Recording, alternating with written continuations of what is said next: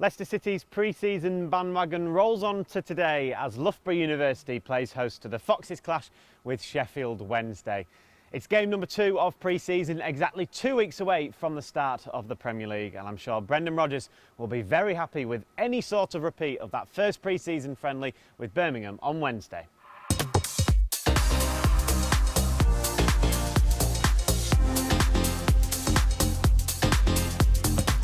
Tielemans looks for Dewsbury. Oh! Emphatic! Well, it's not taken him long to make a mark in pre-season.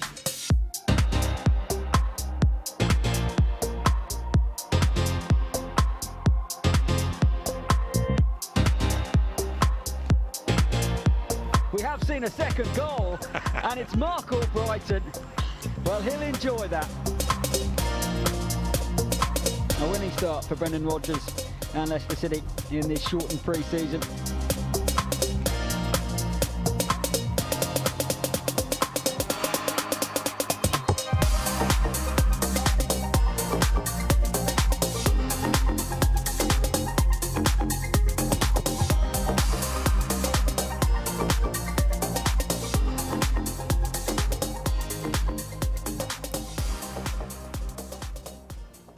Yes, welcome to pre-season 2020 here on LCFC TV.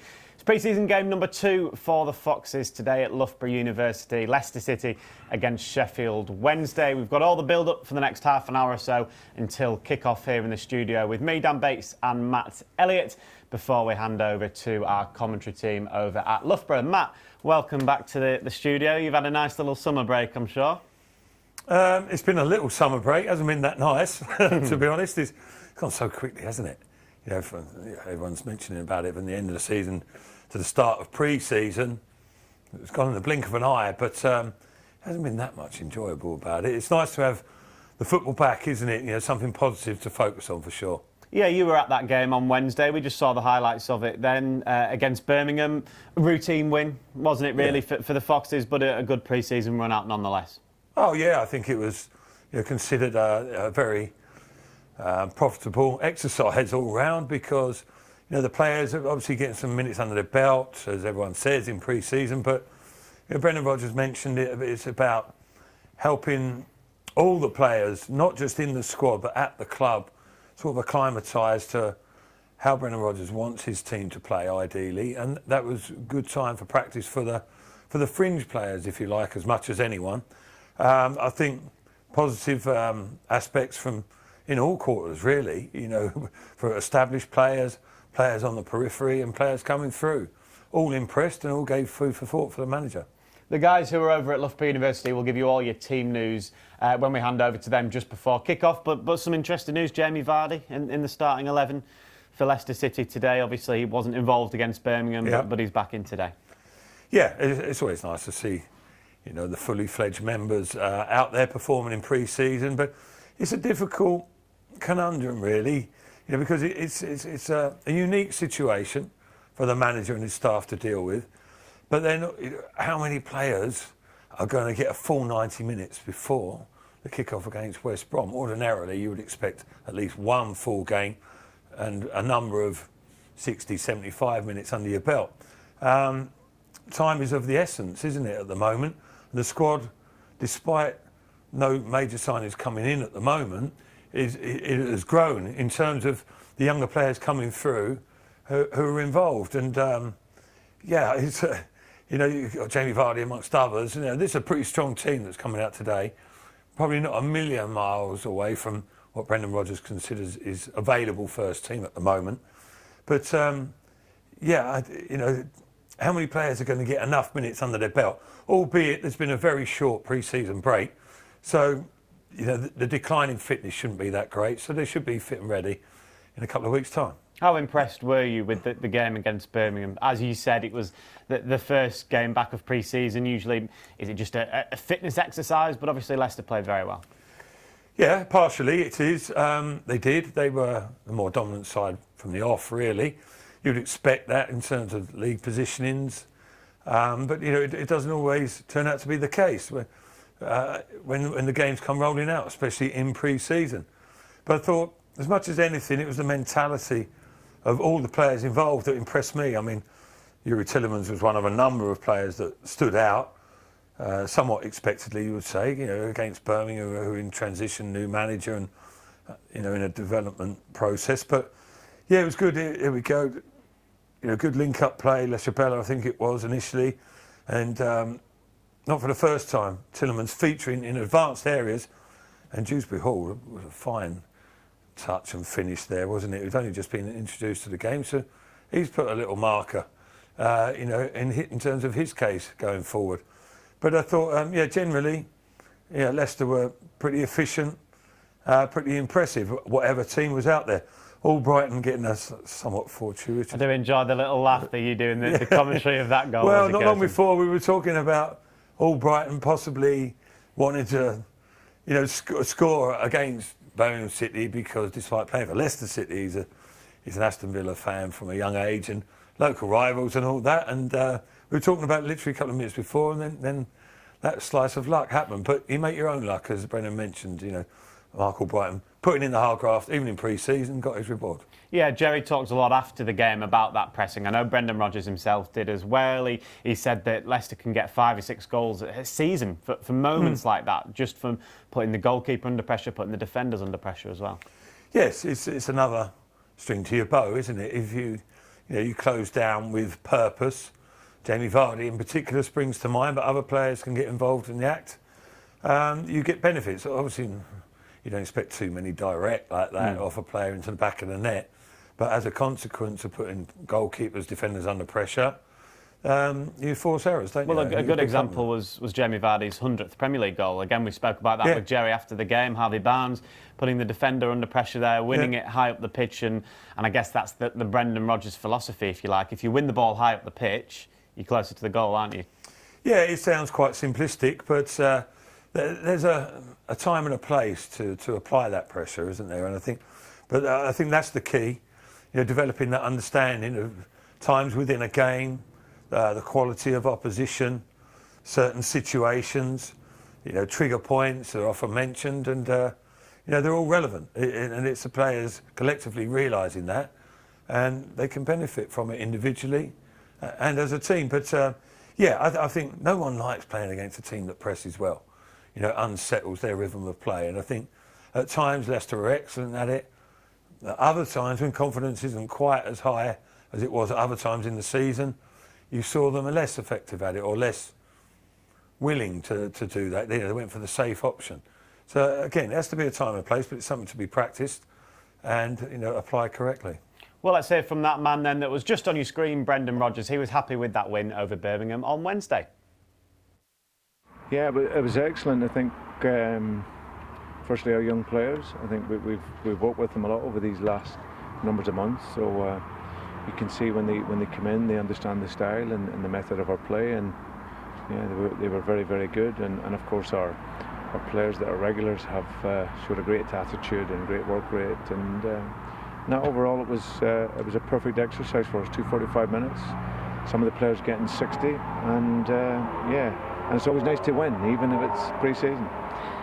You've used the words intensity a lot since you've been at Leicester. Were you pleased with that aspect, not just from the first teamers, but also from the young guys who got their chance? Yeah, it's very important how we play. We need to play an intense game, and when we are at our best, that's normally how we function. So, I was pleased with that. The concentration level to play with that intensity is very, very important. So. And I thought all the players showed that today in the performance. Brendan Rodgers, of course, there speaking to LCFC TV. He was a happy man, wasn't he, Matt? And you're hearing from there, and Chris mentioned the intensity that Brendan likes to talk about. And I guess you could have forgiven the players for not showing that because it was the first game of pre-season, but they did show that intensity. As we said, it led to that second goal. Yeah, and generally throughout the course of the game, that was evident. On very rare occasions, Birmingham had a little bit of pressure themselves, but by and large, it was Leicester who seized the initiative. And the players looked in good physical condition, which obviously helps their approach within the game to go and squeeze the opposition. But also, they were tuned in. There wasn't, despite the surroundings, there wasn't a feel of a a lacklustre first pre-season game. There was a purpose about Leicester's play, whether it be experienced individuals or players who are hoping to make a point and push themselves forward.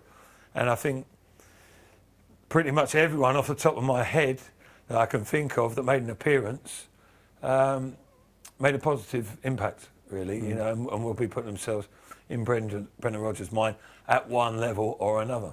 Well, that man you can see on your screen there, Mark Albrighton, warming up there at Loughborough. It was nice for him, obviously, to get that goal, wasn't it? And he's got a chance. He is in the starting 11 today for the Foxes. So, important game for him and an important season. We were talking off there, weren't we, about Mark Albrighton and the role that he plays in this team and in this squad. Yeah, I think perhaps maybe a few eyebrows raised a few years ago when he signed a new contract for the length of it, probably as much as anything.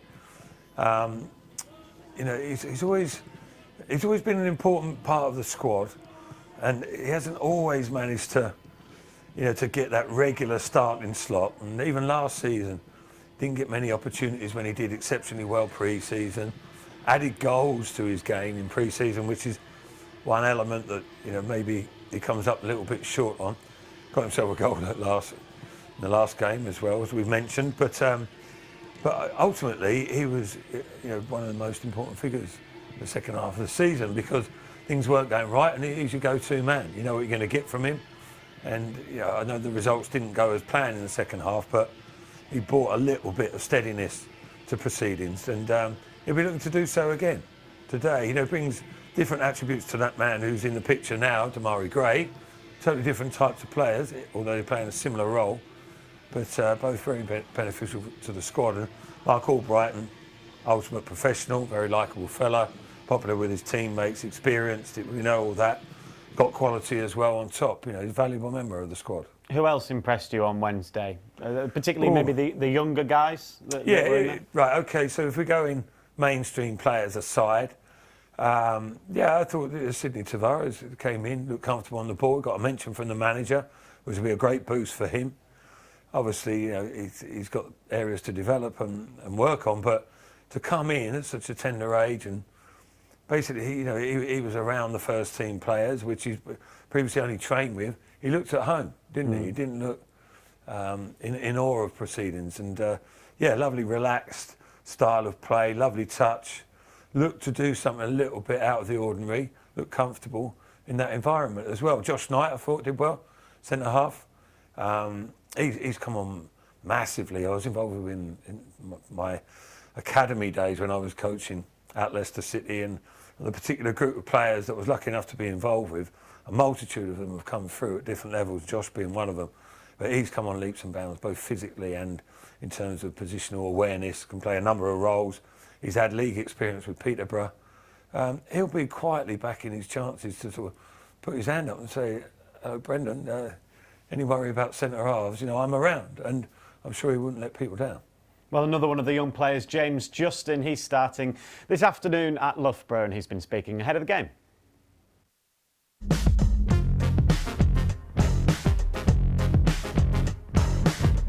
Chance for us to get some fitness in and some tactical bits in. We played a couple of championship teams last year, and they're a good test for us, so it'll be interesting to see the games. In longer pre-seasons, usually the first few games, as he said, are about fitness, but with these first ones, that first Premier League game is a lot closer than what it usually would be. Yeah, definitely. I mean, the break's not been as long as it usually is as well, so we'll all come back in top shape, and we're looking forward to the first game of the season. Yeah, how much excitement is there in the group for those first few games? Yeah, we're over the moon to be back and be playing in the Premier League, but we've just got to focus on the games upcoming.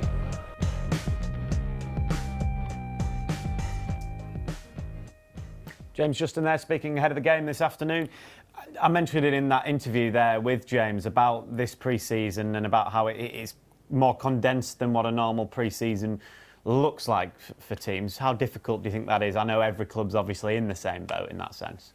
Yeah, that's one benefit, I suppose, because you might have players that think, oh, hang on, I need more extensive, detailed pre-season to be up to speed. But James has mentioned there that the break has been so short.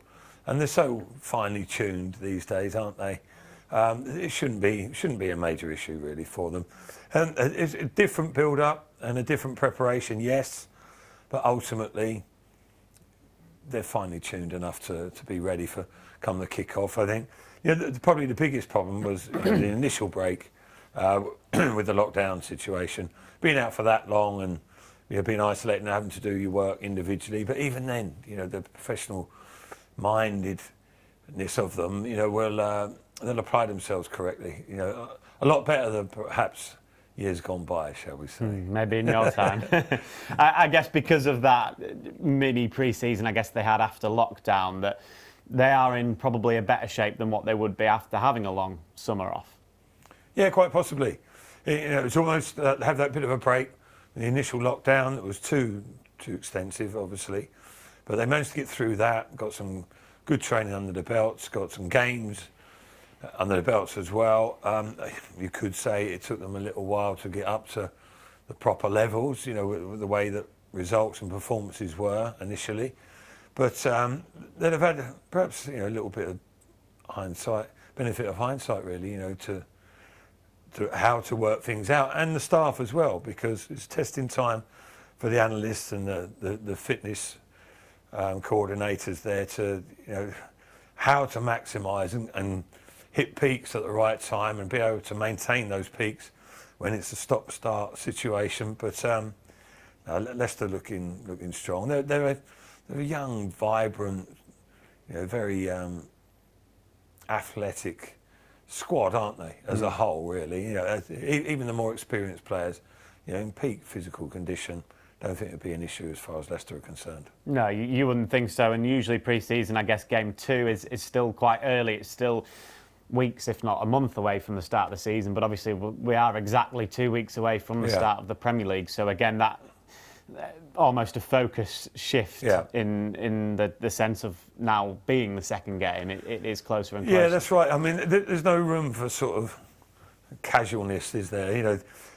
Perhaps not suggesting that players are, but perhaps, again, in time gone by, people can look at it, it's still 4 weeks, so I've got plenty of time to get fit, and before you know it, sneaks up on you. But such is the competition these days, really, with the number of players in the squad, and we've seen in the pre-season game there against Birmingham City, there's a lot of players on the periphery from the development section who fancy their chances of breaking into the squad. So you can never rest on your laurels, really, and that will motivate, certainly it should do, and inspire the players to be on top of their game at every moment, and in every aspect, in terms of diet, looking after themselves, sleeping, preparation, not being up and about when you don't need to be, or places you shouldn't be. And by and large, professional footballers these days, certainly at this sort of level we're talking about, are exemplary pretty much. What do you think Brendan Rodgers will be hoping for this afternoon? Well, I suppose you look at the lineup and you think, like I mentioned before, that was, of the players that are available at the moment, that's not far off what a lot of people might consider his first select 11, isn't it, from the start? It's unlikely that will be the starting lineup in a couple of weeks' time. But as things stand, a lot of people would interpret it that way. So, he'd be looking to get some flow in their game. I think initially, he spoke about at the end of the Birmingham game the method that he likes to apply. I think he'll be looking for players to be able to put that into practice as best they can, and obviously they're accustomed to it to an extent anyway.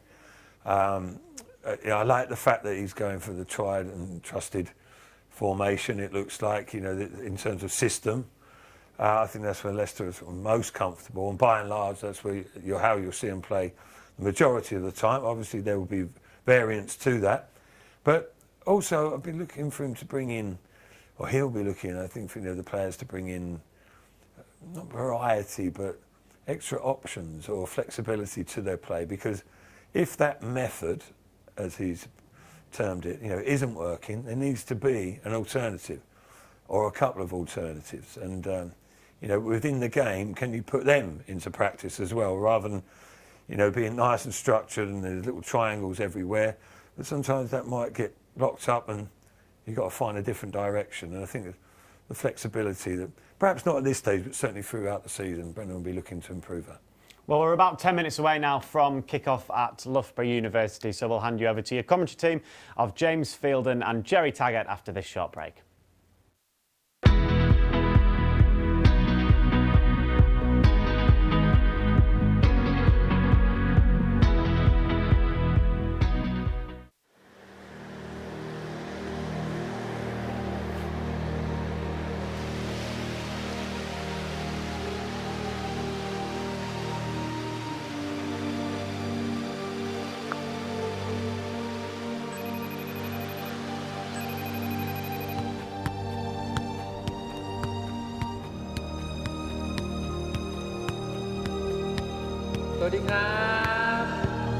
Oh, hello.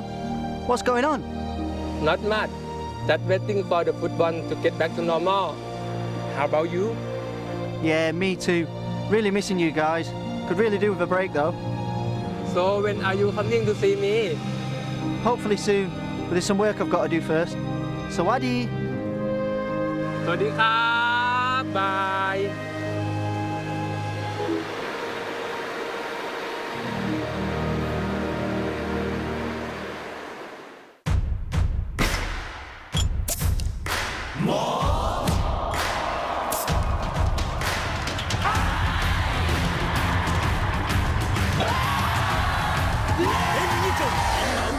biết Sài Gòn.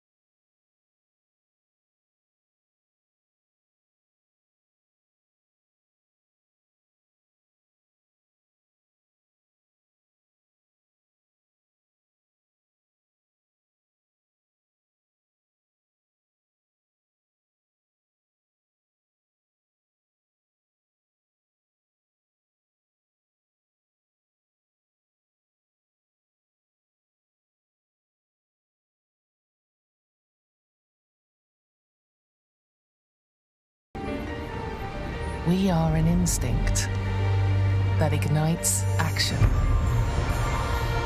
We are a journey, taking one step more. And we are the heart that beats as one. We are proud to be more.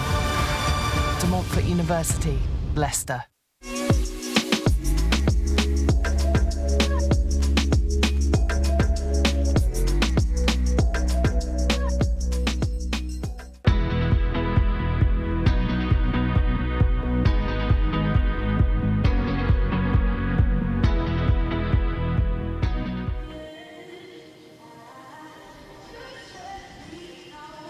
Good morning everyone, welcome along to Loughborough University Stadium here just north of Leicester. We're on campus this lunchtime as Brendan Rodgers' side take their next step building towards the Premier League season as Championship side Sheffield Wednesday play Leicester City. After the 2-0 success at Birmingham City's training ground on Wednesday afternoon, the Foxes make a short journey north of the city this weekend as they take on Wednesday, looking for more valuable minutes for most of the squad and maybe a good result to boot as well. The new Premier League season starts at West Bromwich Albion 2 weeks tomorrow after the TV picks were announced yesterday, and Rodgers is boosted today by the return by the likes of Dennis Pratt, Kelechi Iheanacho and Jamie Vardy, who are all in the squad today. Wednesday have been here in Loughborough all week as they get ready for another season in the Championship, and after finishing 16th last term, they'll be hoping to push towards the playoffs this coming campaign.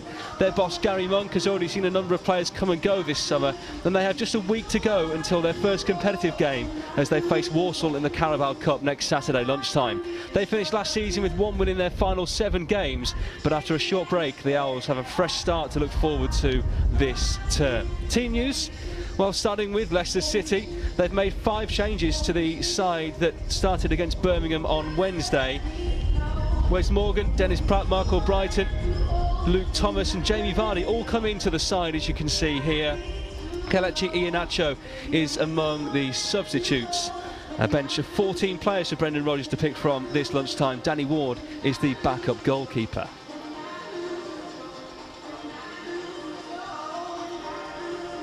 Sheffield Wednesday have a number of seasoned campaigners in their side. Very experienced lineup. Cameron Dawson in goal for them, Dominic Iorfa and Tom Lees, the central defenders for them. You've got the likes of Barry Bannon, Massimo Malongo in midfield. Izzy Brown plays in attack, having signed on loan from Chelsea. Adam Reach is also starting. He's always good for a goal from range, so Leicester will have to be wary of him. And a seasoned campaigner and scorer at this level, at Championship level up front, in Scottish international Jordan Rhodes. Alongside me for this game this lunchtime in the cold here at Loughborough is Jerry Taggart. Jerry, I'm jealous that you're the one who's bought the hat and I'm not, but what are you looking for from Leicester this lunchtime? Yeah, I was just about to say that if you're lucky I might donate my hat to you, James, because it looks like you need it more than me. But yeah, what I'm looking for is basically a bit more the same what we seen the other day against Birmingham, but as regards the tempo and the urgency, then I'm expecting, a little bit more, especially from the players, that we're seeing starting the game today. So I think Brendan will just want to ramp it up slightly, a little bit more, and then again next week going into Blackburn, obviously he'll try and get as much energy and as much tempo into the game as he can before the start of the season against West Brom. Off and away in pre-season, these stadiums are very open. It's very blustery here at this show pitch here at Loughborough University, of course, one of the leading sport universities in the country. I was walking through it on the way to get here today. You got lost in it, it's so big. Well, listen, I used to live around these parts for 11, 12 years, and so coming back, and I've actually been here before, and I've actually come in the wrong entrance, and when you go from one side of it to the other, you just realise how big this place is. I mean, it is. And there's sports fields absolutely everywhere, so it's a fantastic complex, great setup, and you've got to say it's a really good pitch here today, and a lovely little stadium that we're set in. Yeah, the sprinklers are on, just keeping things nice and wet here. Sheffield Wednesday taking to the pitch, Leicester already out there. Kasper Schmeichel with a few hugs and words of goodwill ahead of this game, as Brendan Rodgers takes his place in the technical area. This stadium of sorts has one main stand that we're situated in here with a few hundred seats.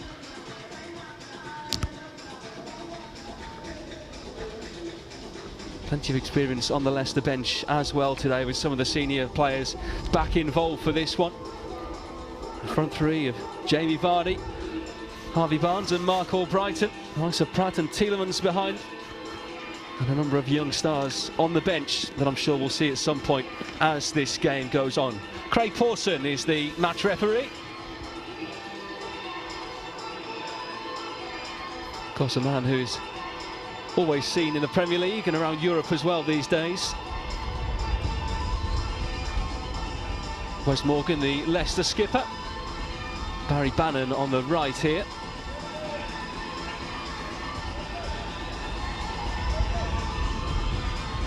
Not too far away from getting underway.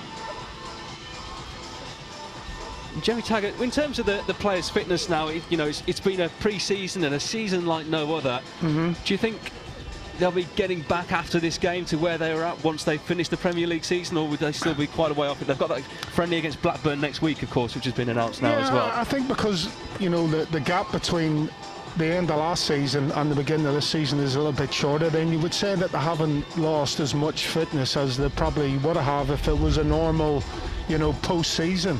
But And then also in saying that, I'm sure that when they were given that mini break, so to speak, they would have been given heart monitors and been told to make sure that they, you know, do so many miles a week or whatever, so many calories or whatever, you know, whatever, get the heart rates up to a certain degree. So I would say that it has been difficult, there's no doubt about that, but I'm sure the players themselves will realise that they have to keep on top of that fitness. Leicester in their home colours, Sheffield Wednesday in their change kit today, which has a certain camouflage feel to it. Papis Mendy, who signed his new contract this week, getting a touch on the ball there, and Tielemans finding Thomas on the left-hand side. Morgan to Shagla Soyuncu.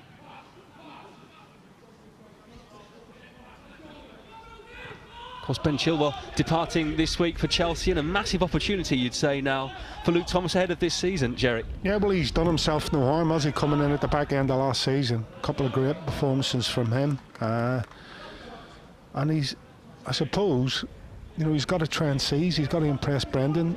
You know, to say to Brendan, well, look at the performance I've put in at back end of last season and in pre-season. Am I worth a start of the season proper? So it's down to him now to really impress on Brendan. Number of young defenders on the bench as well, the likes of Daniel Johnson, Josh Knight and Vontae Daly-Campbell. Mendy. Soyuncu.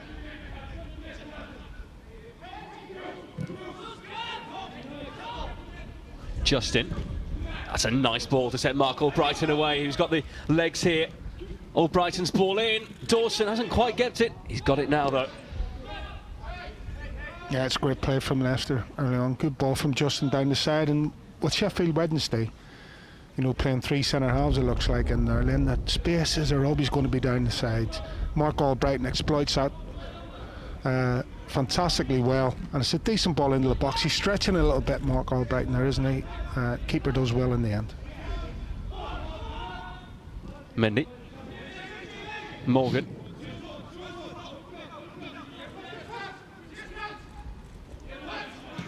Justin. Leicester seeing plenty of the ball early on here. Looking for Barnes. Tielemans. That's been picked up here by Dennis Pratt.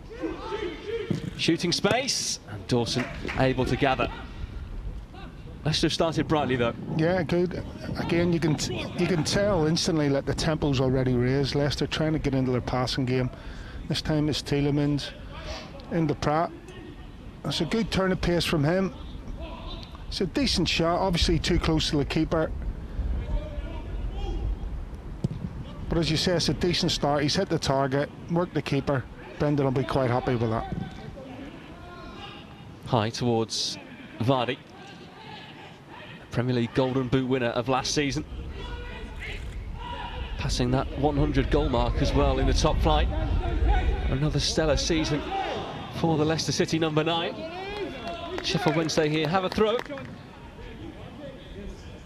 Izzy Brown there wearing 24.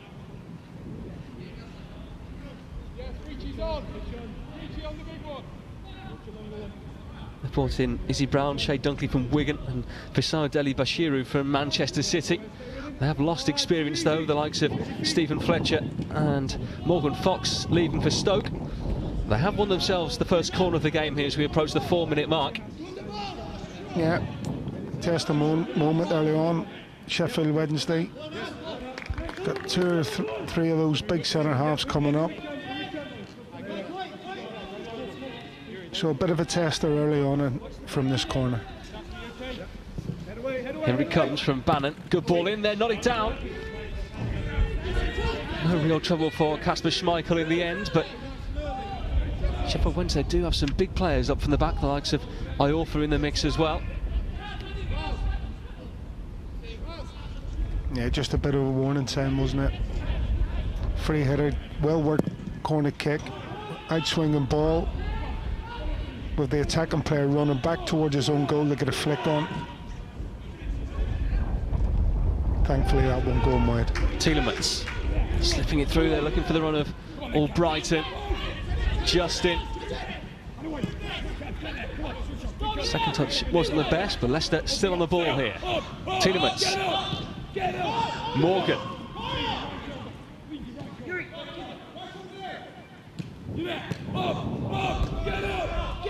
Tielemans. Mendy keeps it moving. His attitude this week. A player who will undoubtedly be invaluable to Leicester this season, with the Europa League games coming as well.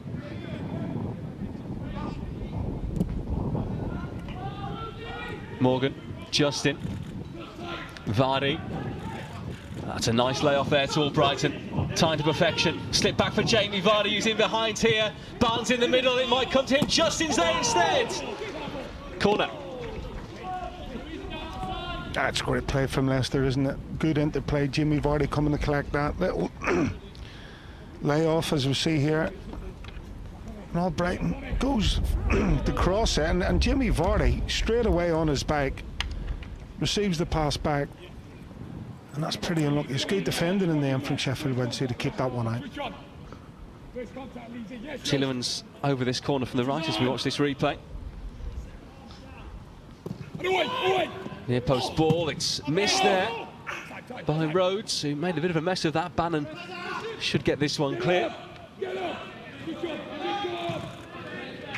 Justin caught, but a solid ball back to Schmeichel. Didn't look like the greatest ball, but it's worked out here for Harvey Barnes. Albrighton wants it far post. Pratt takes over.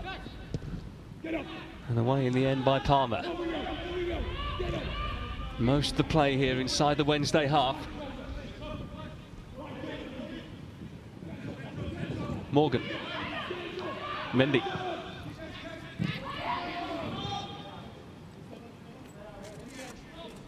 Yeah, I'll be pretty pleased with the start, Brendan. You know, controlling the game, lots of pressure on Wednesday's goal. And this is exactly the start he would have wanted. Just need, as usual, that little finishing touch right at the end.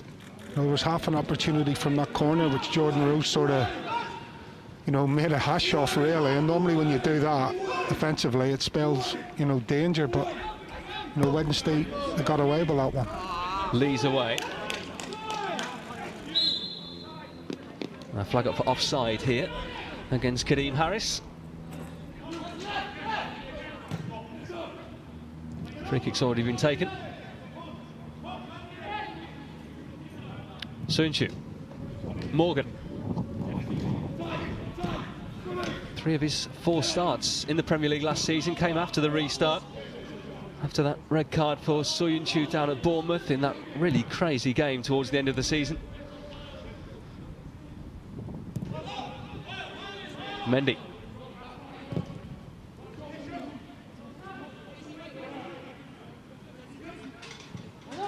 Pratt.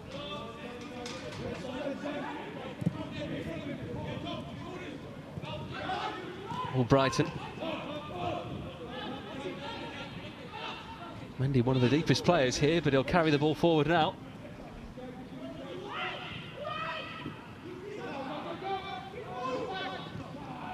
Interesting shape here for Sheffield Wednesday. We were led to believe they'd play a back 4 and maybe play Adam reaching behind Jordan Rhodes, but they've gone with a back 3 instead.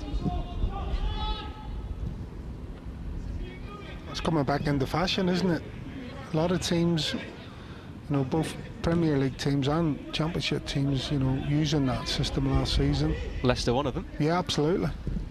And, you know, they got good results from playing it as well in certain games. Thomas, Soyuncu awkwardly gets that one clear. Didn't really have too much room to move in there. That'll be a free kick.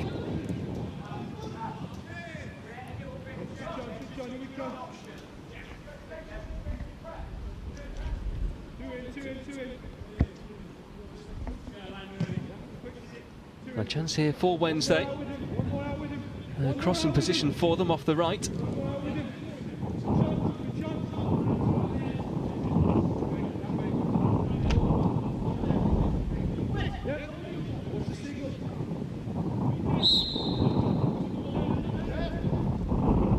Two over it here. Bannon will be the favourite to take this. Izzy Brown, though, will loft it in instead. It's open. And that's a fantastic chance there for the Owls. It really should be 1-0. Oh dear. I mean, you don't get any clear chances in that from a dead ball situation. That is the free header of all free headers. And really, you've got to be hitting the target with them. That's a big, big disappointment. It's a lovely layup there by Albright, and Tielemans will put Vardy through, and just too far ahead of the Leicester forward. That was a lovely free-flowing move there. And if Vardy was onto it, you'd have bet your bottom dollar he'd have scored it. Yeah, and that's, you know, what I was going back to. What I'm going to go back to, sorry, is if you don't take your chances at one end, and that's what can happen at the other. Bannon, former Villa player. Albrighton trying to bully his way forward, another former Villa. Mendy. Barnes. Pratt back towards Barnes, it was being pulled there. Appeals waved away by the referee. It will just be a throw-in for Leicester City. I'd like to see that again. I thought that was a little bit of a disruption there.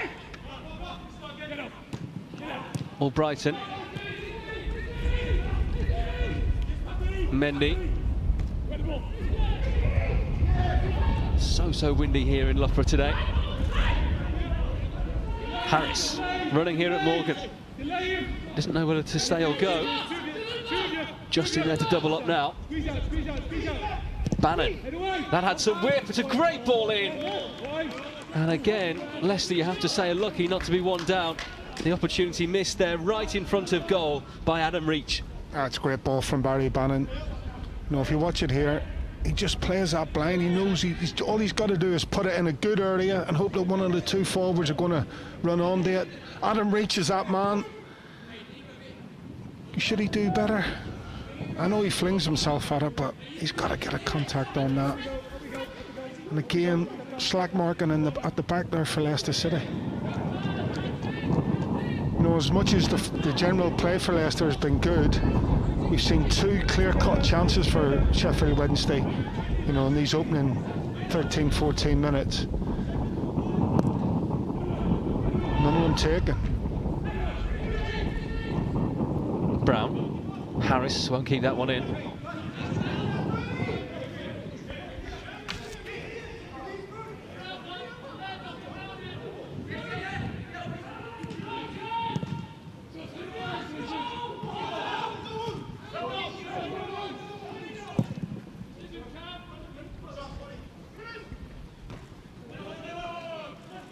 Tielemans, Albrighton, firing that one in. Iorfa with the header clear.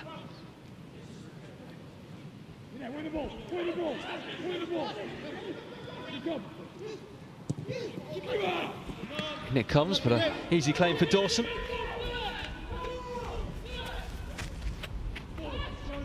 Still early stages, but maybe this one's starting to even out a little bit more now. In theory, Wednesday, you would imagine, should be a little bit further ahead of Leicester in their preparations, given they've got their first competitive game next Saturday, the Bankses against Walsall. Yeah, and that's always why it's a good idea to play these types of teams now, you know, because obviously you're probably correct in that, and under normal circumstances that would very, you know, much be the case. That, you know, a championship side would be ahead of you fitness-wise. There's no doubt about that, and that's why, you know, you play these types of teams now.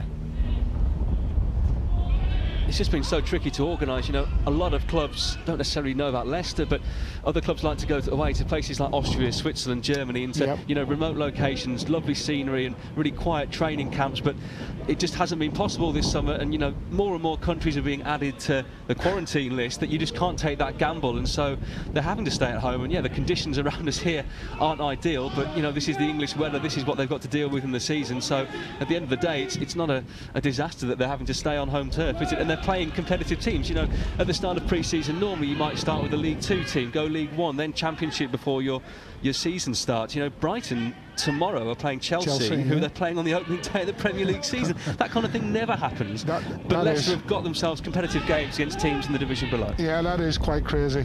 You know, how that's been allowed to happen, I'll never know. But it's happening, like you say, under these strange conditions we now live in at the moment. But you're right. You know, look, probably no better team to play than a championship team, really, to get that, one, the physical side, and two, you know, to work on your fitness levels.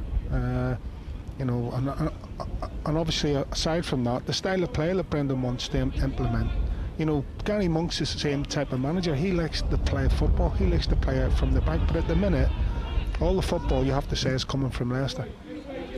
Iorfa high, looking for Harris. And it goes off Van Aken.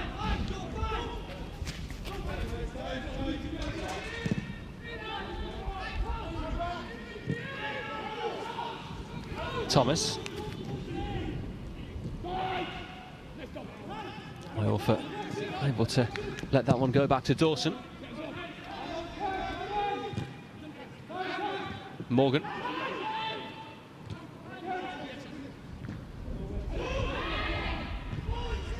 Firm header away there by Lees. Mendy.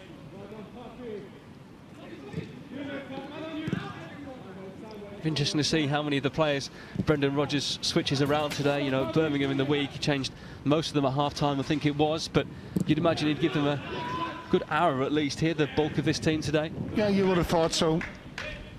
But obviously it'll just all boil down to how people are feeling, fitness-wise.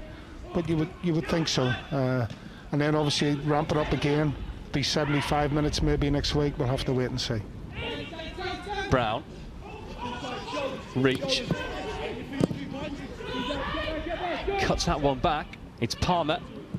Scottish international gets that one in. Soyuncu, dependable as ever to get that one away.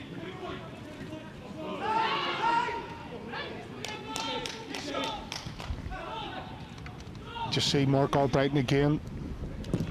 You know, every time he gets a ball, he's always looking up and always trying to find Jamie Vardy. You know, Jamie Vardy, as we know, will always make those runs to try and stretch him behind.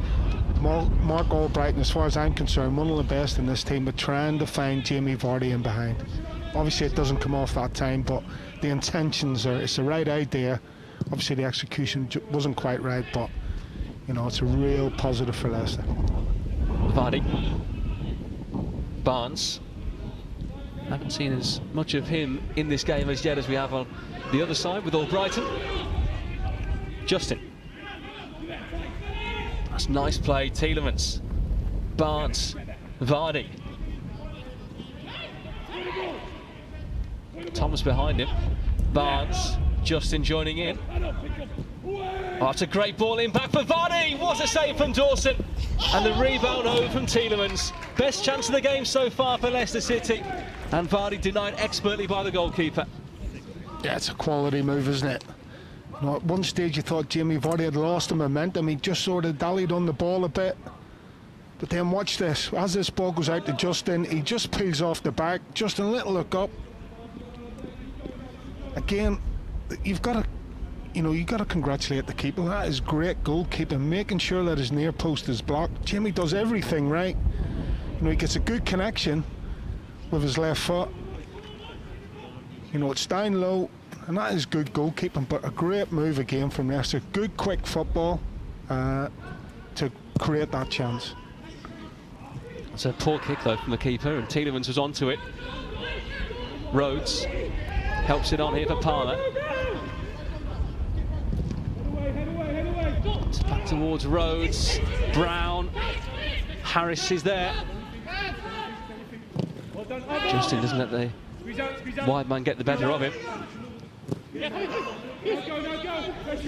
Van Aken. Bannon. Eventually Albrighton can bring it clear. He was caught free kick. That's good closing down, good pressure. As that ball comes out to Kadeem Harris, you're thinking he's going to have a shot here. He hesitates. And from then on in, it was all about the closing down from Leicester. The pressure on the ball. And in the end, Mark Albrighton just nicks it away from Barry Bannon. Easy one for the ref to give. Officially, it's 13 degrees here at the moment, but I think that's being a bit. I think that's being a bit generous here. It is a blustery day, and it is very, very chilly. Justin.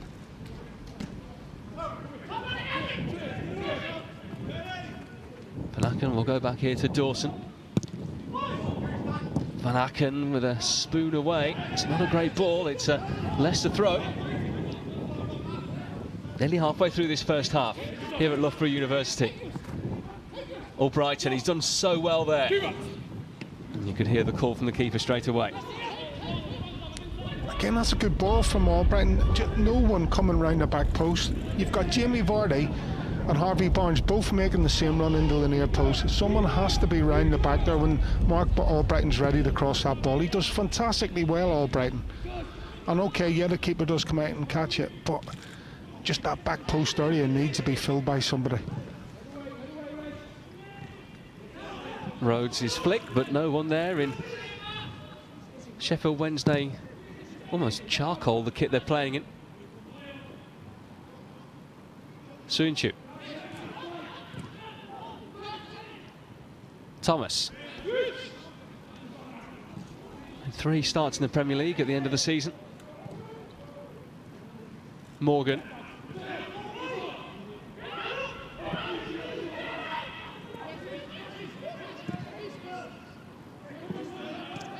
Another interesting thing for Leicester City this season is the Europa League, of course, Jerry. I was looking at it yesterday in terms of the draw as things stand, and it looks as though Leicester are going to be either in pot 2 or pot 3, so they're going to be in a group with some big teams to try and get through that group stage. Yeah, absolutely. It's Roma and Napoli possibly in that top pot as well, so there could be some massive trips for these players. Absolutely, and some quality teams, you've got to say, in there. Harris. Justin gets a foot in.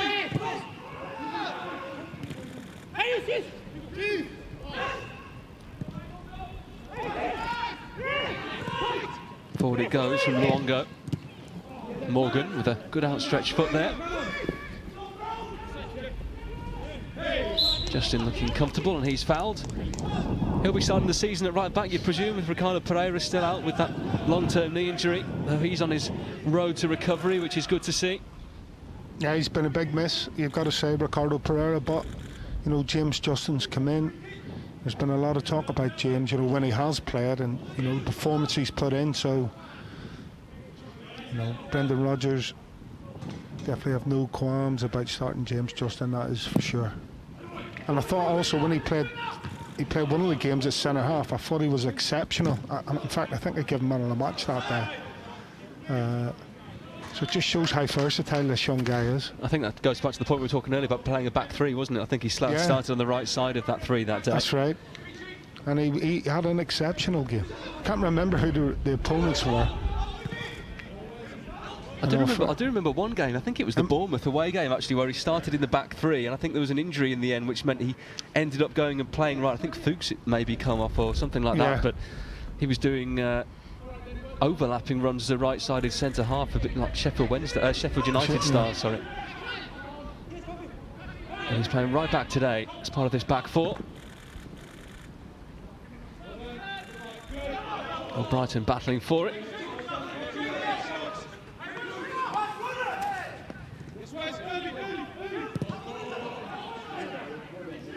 Sheffield Wednesday have had a couple of good chances, haven't they, in front of Kasper Schmeichel's goal, but the Leicester goalkeeper hasn't really had a save to make as such. No, but it would be worrying, you know, if I'm Brendan, one set piece, free header, you know, another one, a blind pass coming in from Bannon, again, ball watching, not watching where the runner's going, watching where the ball's going, and when you've got the quality like Bannon, you know, he can put a ball on a sixpence. So they're just little areas, you know, that Brendan Rodgers will be concerned about, because, you know, let's face it, the higher up you go, and those chances are going in the back of the net. Just over 20 minutes left in this first half. Goalless here at Loughborough University, as Wednesday push for the opener with Harris. Van Aken swings that one over. Apologies if you picked up any fruity language there in the broadcast we're bringing you today.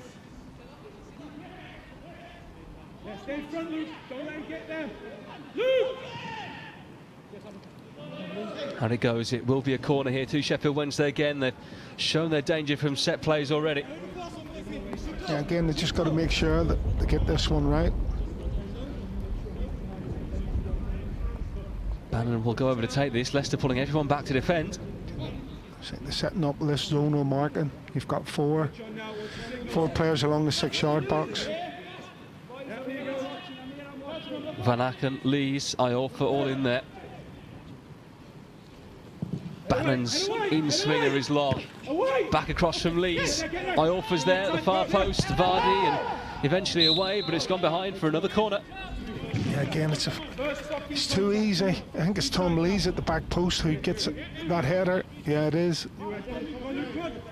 It's just too easy. There's not enough pressure on. If you're not going to, compete in the air with him, then you've got to try and put the attacking player off somehow by just nudging him with your elbow, basically, or with your shoulder. Just put him off slightly, and there wasn't enough of that. Bannon, and it comes almost right in front of Kasper Schmeichel. It was away by Morgan. And Leicester can move out.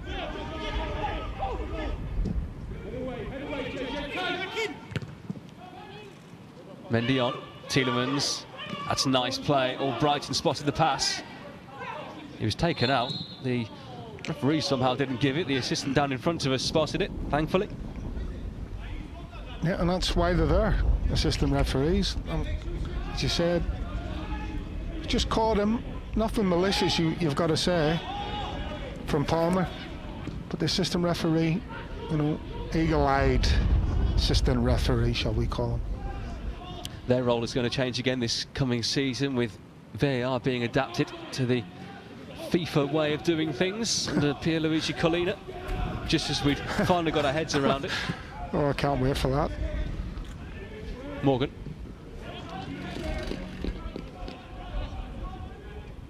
Soyuncu. Barnes being pushed back here. I think ultimately what it's going to mean in reality is a lot more usage of the pitchside monitors. Yeah, that's probably been the biggest issue as far as I'm concerned. Foul on Tielemans. The referee on the pitch is meant to be in sole control of the game, and the video assistant is there to assist. And what we didn't see last season was the referee going over to the monitor and making his own mind up. Yeah, they wanted to keep it for red card decisions last season. Wes Morgan is down here at the moment, and a bit of a shake of the head as the physio goes on to him. Didn't quite see what the problem was there. Maybe it's a slight muscle issue.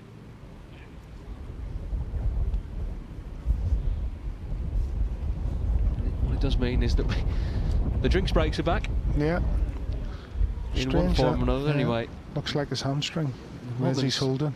Down getting some treatment here. And it looks as though Leicester are going to have to make a change here, and it could be the introduction of Darnell Johnson. That'll be disappointing if he's tweaked that. And to be fair,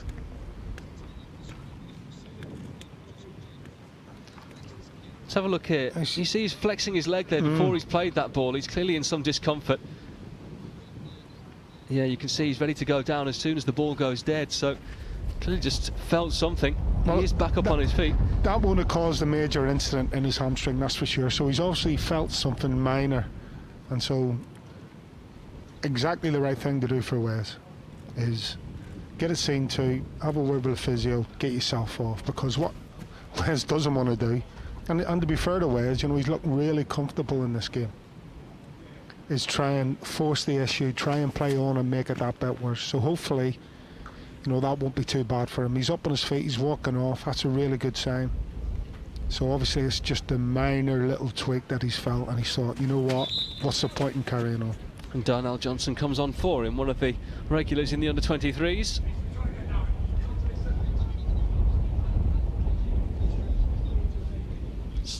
So where were we? We had a decision down here. I think it's a free kick to Leicester City, isn't it? Yeah, I think so everyone retakes their place. A foul on Tielemans. Everyone having to retake their positions here. Darnell Johnson will trot forward for this set play. Tielemans too far out for the shot here. Nearly half an hour gone.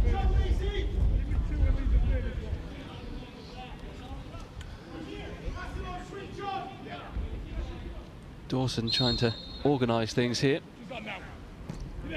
Clipped in towards Vardy, asking a lot of him. Luongo there shepherding the ball, and he's forced to concede the corner. Yeah, again, great tenacity from Jamie Vardy. No, normally defenders would just try and let that ball go out, but Jamie's having none of it, you know, and he's forced that corner just by putting pure pressure on Luongo. Tielemans with this latest corner kick, sorry. Rhodes can't get it clear. Brighton trying to find room for the shot there on the turn. Soyuncu challenged by Iorfa. It's a really, really difficult corner. You know, when you're playing the low ones, to try and get any decent purchase, they've got to be almost head height, you know, to try and for Cagliari Soyuncu to get in there and get any kind of flick on, you know, on that ball. Brown can't take that under his control. Johnson with a solid first touch. Schmeichel now wearing the captain's armband, as he so often did last season. Brown. It's a poor ball, Brighton onto it. That's a fantastic pass for Jamie Vardy. Can Vardy open the scoring? He can't. The angle's tight. Options are there. Who can he pick out? And he lifts it for Tielemans. Barnes, Dawson getting a hand to it. Mendy. Danger not over for Sheffield Wednesday yet. But it probably is now. Looks as though Vardy may have been able to pull the trigger first time there, but in the end the ball just had too much on it. Yeah, I still think he should have had a shot. I think that was always his best option. Again, talk about Mark Albrighton. One touch, flick over the top, Vardy's running on the end of it. Fantastic stuff from him. Or from them too, should I say. Here we go. Brings it in, one touch to control it. Left foot over the top. Jamie, pull the trigger, have a go. Definitely. And he's not normally afraid to in those kind of situations, no. The lethal striker that he is. Oh, without a doubt, that's shooting territory for Jamie Vardy. And yes, again, you know, okay, he might not score, but at least, you know, he's warming the keeper's hands. He doesn't score. Time and time again, we've seen him lash those across the goalkeeper towards the far post. Didn't fancy it that time. I think in a game, he'd definitely have a shot there. There's no doubt about that. Van Aken intercepts. Bannon. Brighton. Such great intelligence in his play. Knows when to run the ball down the line, knows when to turn inside. Brown, challenged by Papis Mendy. Brighton. He'll take it himself here. Cross was deflected. Harris. Mendy's there defending for the Foxes. Harris will try and stand this one up. Deflection. Soyuncu away. Squeeze out, watch the quick one.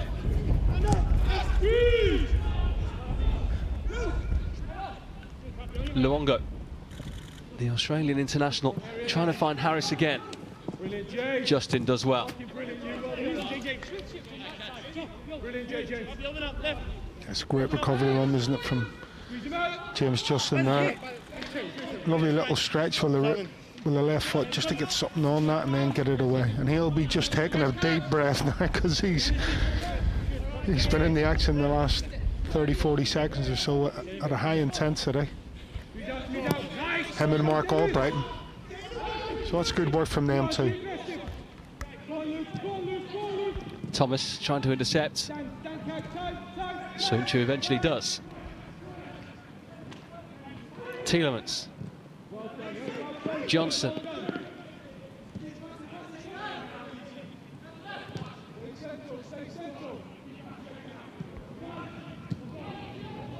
Mendy.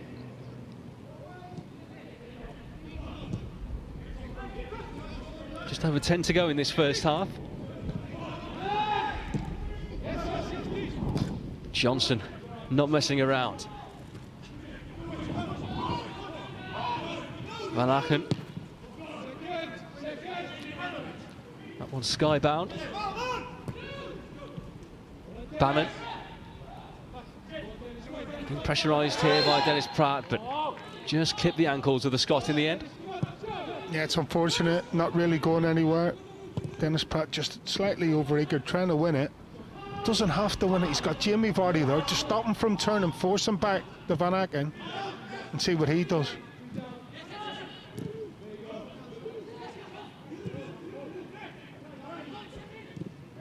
Leicester with the win on Wednesday at Birmingham City's West Hills training ground. Goals from Dewsbury Hall and Albrighton earlier this week.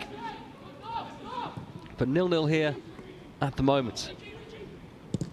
That one just holding up in the wind. Sheffield Wednesday ball. Things are so advanced around this campus. You know, I was walking down from the train station and they've got, you know, robot mowers and all kinds going on here. It's a great setup, isn't it? Got to say. And I know it's world renowned, isn't it, Loughborough University, for its sports facilities. You can see behind this pitch here, let me show you a wide shot, that they've got American football posts, and just about every single sport is catered for here. There were big rugby training sessions going on when I was walking through earlier on. Hockey, obviously football plays a big part as well. Cricket is the swimming. There's a performance excellence centre for the ECB here as well. Got 50-metre swimming pool where the British Olympic team, swimming team train.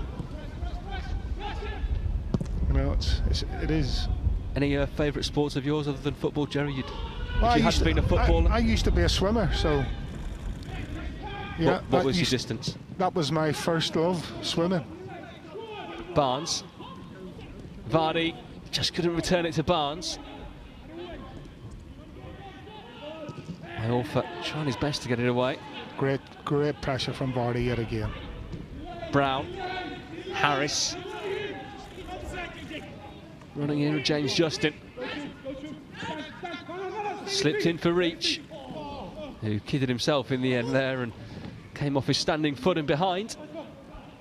You'll always get a few laughs from the other players when someone does that. You know, it's decent play here from Harris. Little slide rule down the side. Good time run, you have to say, from Reach, and then the old comedian's trick. So what was your swimming stroke of choice? Me, I was a butterflyer and a back crawler. Wow, is there any video footage of that? Or, Oh no, we're talking back in the 70s and 80s. I've got lots of photographs, yeah. But unfortunately, you know, my love of football soon took over. And the swimming went into, you know, into the background very, very quickly, it has to be said. It's sunk. Yeah, it's sunk. Bannon looking for Reach, but Thomas is there for Leicester City. Soonchu. Schmeichel with a astute kick away. Luongo. Brown. Rhodes coaxed into the path here of Harris.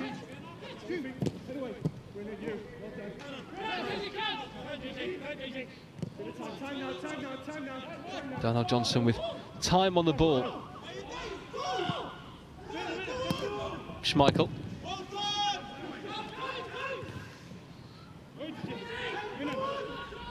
Johnson. Asking too much of Vardy. Seen a little bit more of Wednesday, aren't we, in the last 5 or 10 minutes.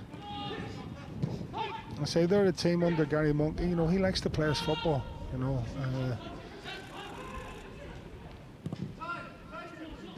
Yeah, as a player, of course, part of that very good Swansea side.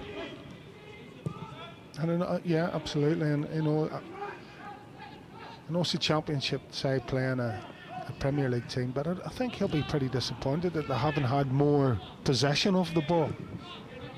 You know, we've seen 1 or 2 forays from them, but no real cohesion in the play, not like we've seen from Leicester on occasion. Actually promoted with Brendan Rodgers as his manager when he was at Swansea City in the playoffs back in 2011. That's probably why you're seeing this game take part today. You know, they've probably had a little chat in the off-season. You know, Sheffield Wednesday has said on training camp down here, and it's sort of, you know, it's a no-brainer, isn't it, really? You know, it's on the doorstep for Leicester City. Often it's down to your connections in pre-season in terms of the trips and the fixtures you organise, as you say. Absolutely. And perfect for Leicester in terms of distance to travel as well. Just being 18 miles or so away from King Power Stadium as we are here. And obviously the quality as well, the facility, you know, which, that, you know, it always helps. Yeah, the pitch here is as good as any you would see around the Championship arguably some Premier League grounds at this time of year. Brendan Rodgers watching on as his side concede a free kick here. Bannon again, the architect. Soinchu away. As the wind picks up again here around Loughborough University Stadium. Imagine it's quite lively here when they're doing the varsity tournaments later in the year.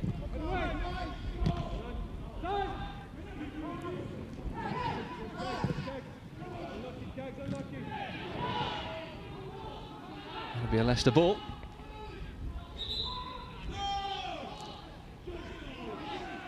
How do you think Brendan Rodgers will be assessing the performance of his side in this first half as things stand? I think he'll be pretty pleased. I think, you know, obviously in front of goal, they haven't maximised the opportunities. There's been one or two mistakes from Sheffield Wednesday, you know, from corners, as well as there has been from Leicester, and Leicester haven't capitalised on them. They've had one or two shots at the keeper, not scored. Jimmy Vardy had an opportunity to shoot, didn't, went for the pass. I think at the minute, you know, it's all about the style of play. Yes, he wants to score goals because scoring goals breeds confidence. Winning games breeds confidence. And, you know, at the end of the day, this is a competitive friendly. Harris trying to skip inside past Darnell Johnson, which is easier said than done. It will be a throw. Let's put it this way, if he wins this game, he'd be feeling a lot better than if he loses it, even though it's a friendly. Head away, head away, head away. Well done, you squeeze out, squeeze out. Stand. Thomas out, but Palmer picking it up again here for Gary Monk's side. Luongo with the big swinger. Too big, too long, goal kick. Just under 3 minutes left in this first half. We're not expecting it to be as quick a turnaround as it was against Birmingham in midweek.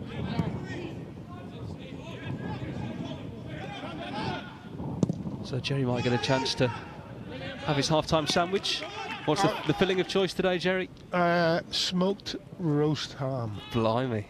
With cucumber, lettuce, tomato and onion, and a little bit of mayo on seeded bread, brown bread. Beautiful. And a packet of cheese and onion crisps. Oh, you've spoiled it, Walkers, of course. other brands of crisps are available, but, you know, they're just not as nice. Thoughts there of Jerry Taggart, former Leicester City defender, now sandwich connoisseur. The only issue I've got is I've left it in the car, so I'm going to have it after the game. It's going to be around about 2:30 when I have it, but that's fine. We will look over the key talking points of the first half at half-time. Have been plenty of chances, no goals though.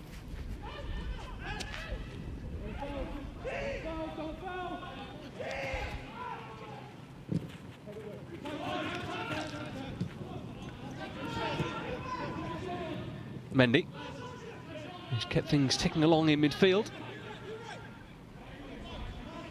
Soyuncu. I think these are the sort of areas of the pitch now where, you know, going forward,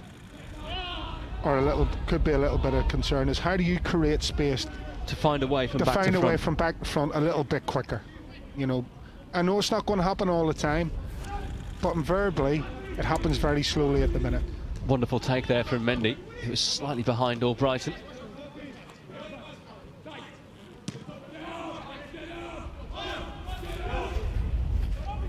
Mendy's certainly done himself no harm in the Ndidi position, I guess you'd call it, as it mainly was last season. Yeah, I'm expecting to see a lot more of Mendy this season. You know, we didn't see him a lot on occasion, but I'm expecting, you know, with the amount of football that, you know, Leicester could potentially play in the upcoming season. Harvey Barnes. Couldn't pick out anyone in the middle there. Low ball may have served better for Leicester. And that was a perfect example of what I was talking about earlier. You know, trying to get when the centre halves have got the ball or Mendy's got the ball, how do you get from back to front that little bit quicker? Great example there from Harvey Barnes and Cagliari. The half-time whistle from referee Craig Pawson. Plenty of half chances and good chances indeed in this first half. Jamie Vardy had an effort saved at point blank range from Cameron Dawson. Wednesday have looked a threat from set plays at the other end, but in terms of open play, not too many chances for them. Brendan Rodgers with a bit of thinking to do at half-time in terms of how he tackles this second half. But the half-time score here at Loughborough University Stadium is Sheffield Wednesday 0, Leicester City 0.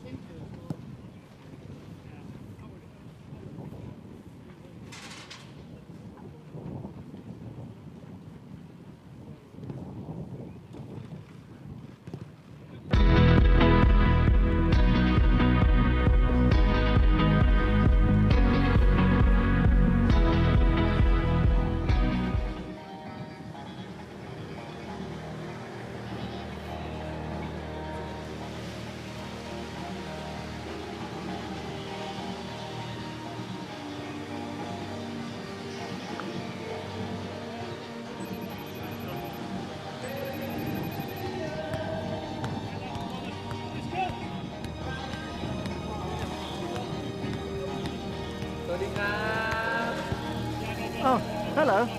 What's going on? Not much. Just waiting for the football to get back to normal. How about you? Yeah, me too. Really missing you guys. Could really do with a break though. So when are you coming to see me? Hopefully soon, but there's some work I've got to do first. So Adi. สวัสดีครับบาย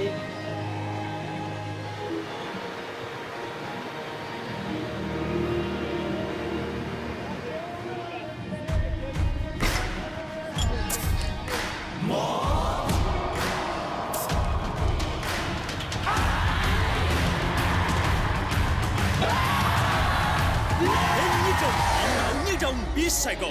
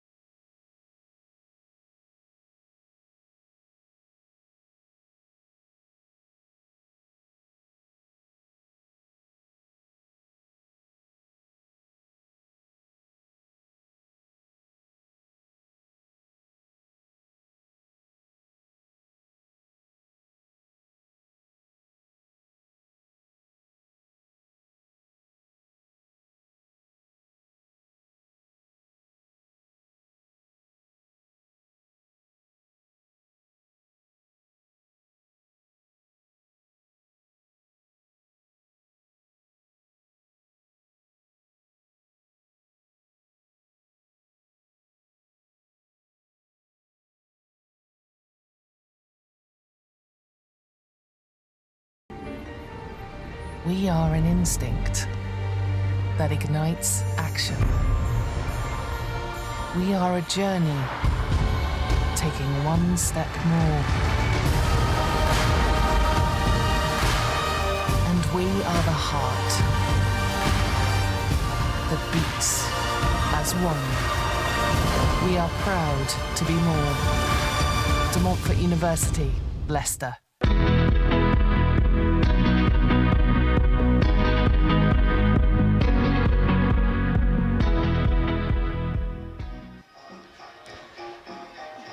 Welcome back here to Loughborough University Stadium for the latest pre-season friendly for Leicester City ahead of the new season coming up in a couple of weeks. It is half-time here at a very cold and blustery Loughborough University, where it is Sheffield Wednesday 0, Leicester City 0. Jerry Taggart, I'm delighted to say, is alongside me to look over that first half. And Jerry, 0-0, but there were chances at both ends, weren't there? Yeah, there was. And I think, Brendan Rodgers will... will he be happy or not? It's hard to decide, but obviously the two chances that Sheffield Wednesday had, one from that set piece, one from open play, it'd be be a little bit concerned. 2 free headers. Sheffield Wednesday really should have capitalised on those 2 chances. At least one, converting one of them. They didn't. They've got away with it. I think in general the play has been pretty good. Probably a little bit of a lack of goal scoring opportunity from Leicester City, and when they've had 1 or 2 opportunities, it's come from mistakes from Sheffield Wednesday. Obviously there's the chance that Jamie Vardy sort of turned down and looked for the pass from a tight angle. So yeah, a little bit of a cause for concern, but he's got half time to put a few pointers to the players, and then hopefully in the second half they come out and get a bit more a bit more of a scoring regime in front of goal, a bit more urgency in front of goal. Okay, well, let's have a look at some of those chances from the first half now. Again, this is good play, good build-up play, lovely little layoff, and then watch Vardy go, bang, I'm away.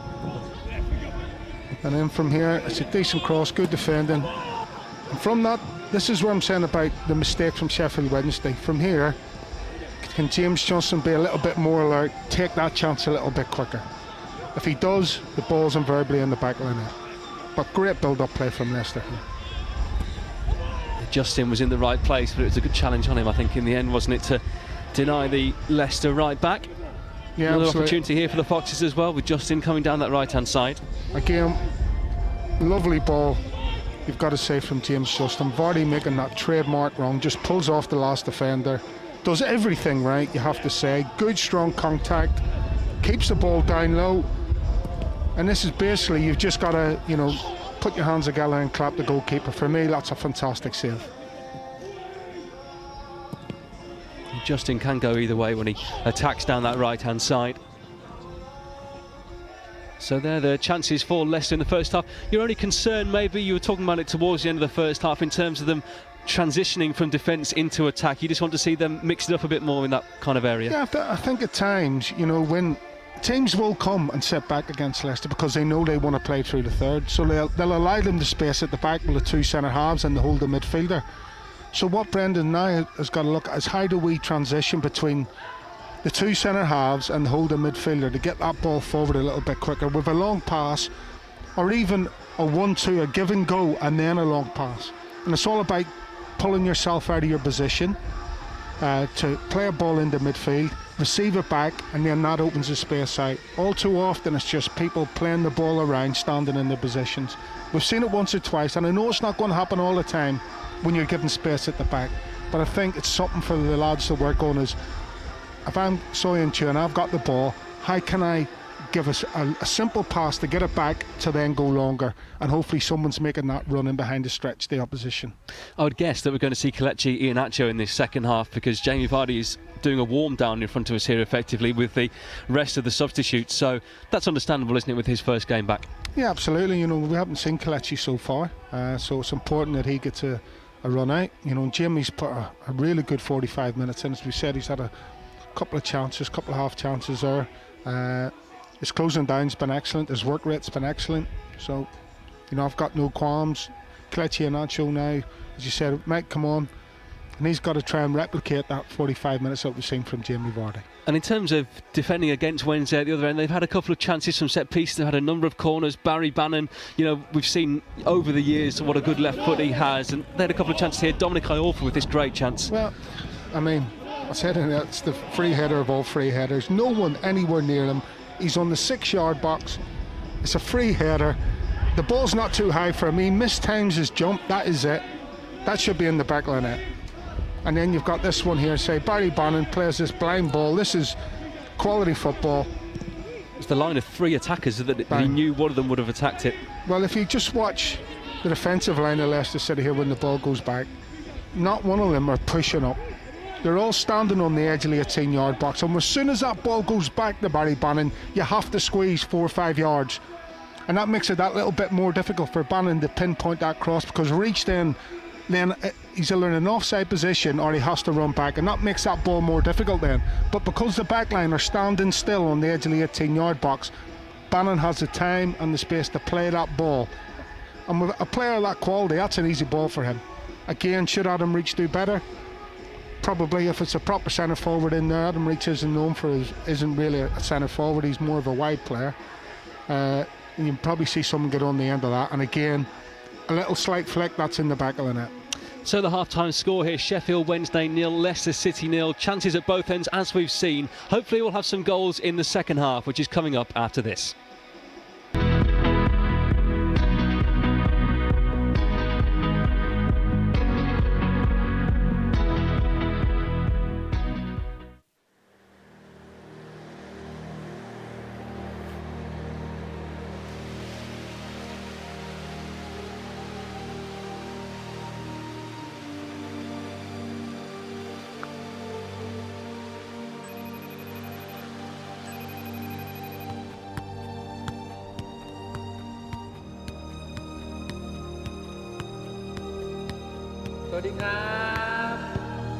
Oh, hello.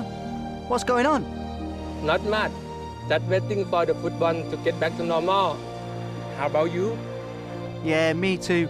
Really missing you guys. Could really do with a break though. So when are you coming to see me? Hopefully soon, but there's some work I've got to do first. So Adi. สวัสดีครับบาย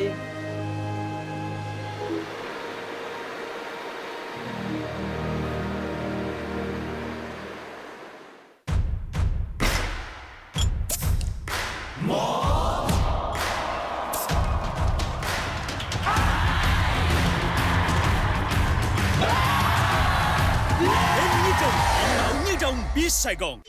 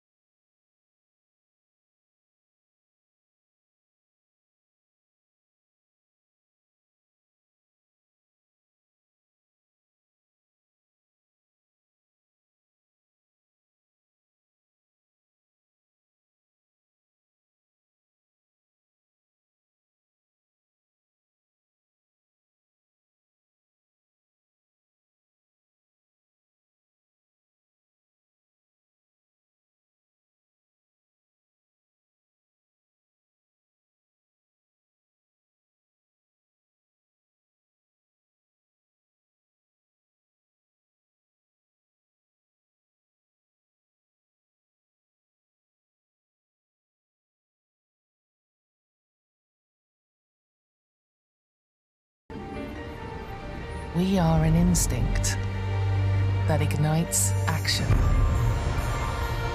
We are a journey, taking one step more.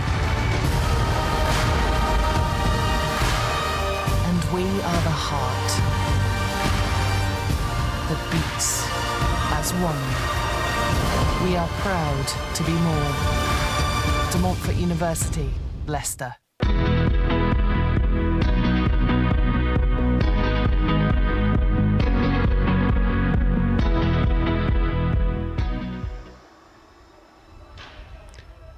Welcome back here to Loughborough University Stadium. It is 0-0 at the break in this pre-season friendly between Sheffield Wednesday and Leicester City. The two sides making their way back out for this second half. And it looks as though Leicester are going to make a couple of changes at the break. Sidney Tavares there, the young Portuguese midfielder, is set to come on, as is Kelechi Iheanacho. Jamie Vardy playing a game of five-a-side down in front of us at the moment. I'm so jealous that I'm not playing in that five-a-side game. Forget about that, but five-a-side all day long, absolutely love it. Yeah, with the miniature goals. And what I also love about playing as goalkeeper here. Yeah, what I also love is it's a really condensed space, and you can see that's how Brendan Rodgers, as much as this is just a bit of a mess about, so to speak, for the players, when you look at it, 10 players in a really condensed space, it's all about one-touch football, and it gets you thinking, and that then transfers onto the pitch. You hope. Sheffield Wednesday will be back out soon here. Looks as though they're going to send on Alex Hunt at the break here, as well as a change in goal.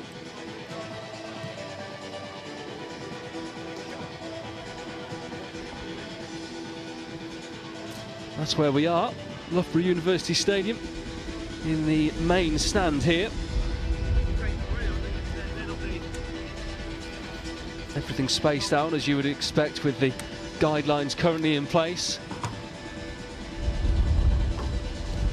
The Premier League referee taking charge of this one as well, Craig Pawson, who waved away one penalty appeal in the first half, but hard to see from where we were whether there was much in it or not from a Leicester point of view. Yeah, well, we didn't see the replay. I don't know what these guys upstairs are doing with these TV screens, but I would have liked to see a bit of a replay. I thought it was a little bit of obstruction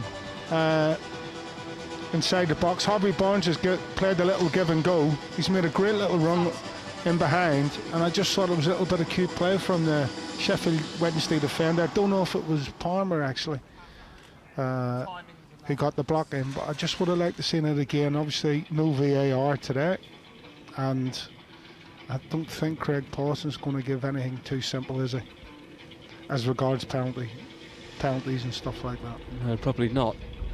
We are just about ready to get underway for the second half. As Joe Wildsmith takes his place between the sticks.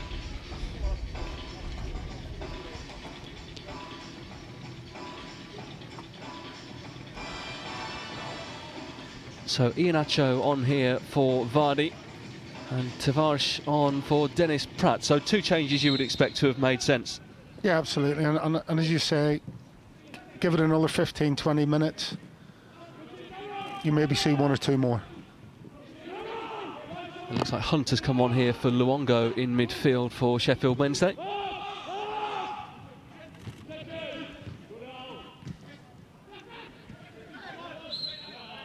Free kick. Leicester kicking from right to left in this second half.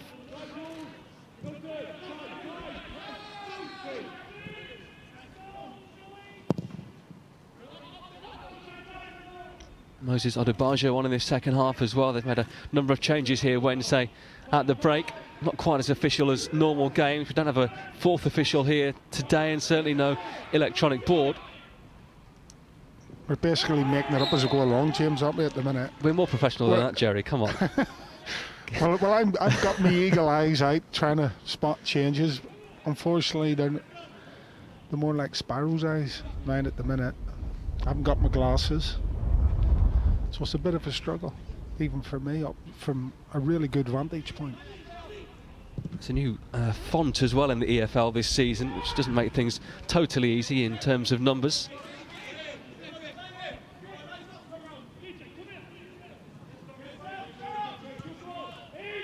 Danny Ward on at half-time as well for Leicester City, in goal replacing Kasper Schmeichel.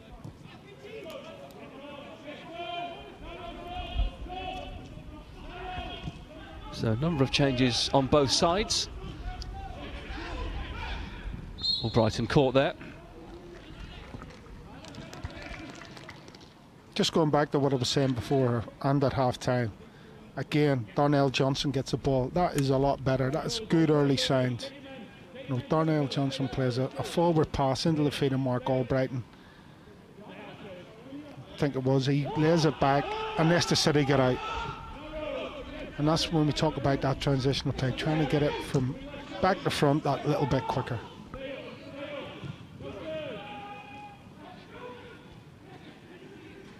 Tielemans caught.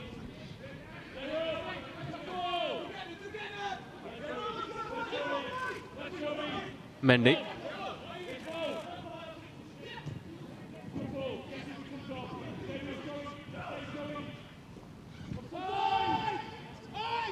Offside against Kelechi Iheanacho. Another player you think we'll be seeing more of this term? Absolutely. Again, when you've got, you know, Leicester involved in 4 competitions next season, so I think we'll see, you know, a lot of game time for a lot of players next season. Joey Pelupesi is another player who's come on at the break for Sheffield Wednesday. Who've changed a good number of their team for this second half.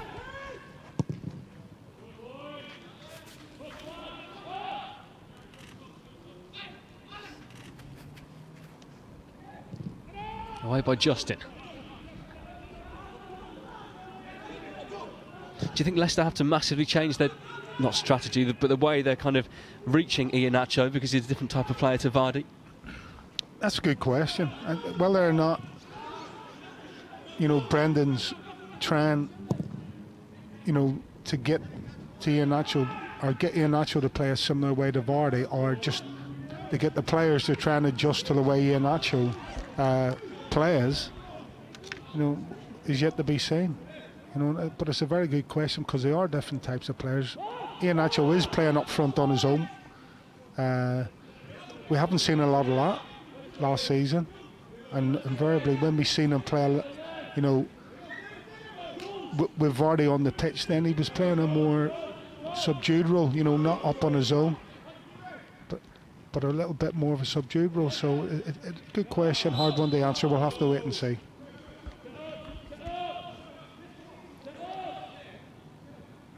Free kick here to Leicester. Back for Soyuncu. Thomas.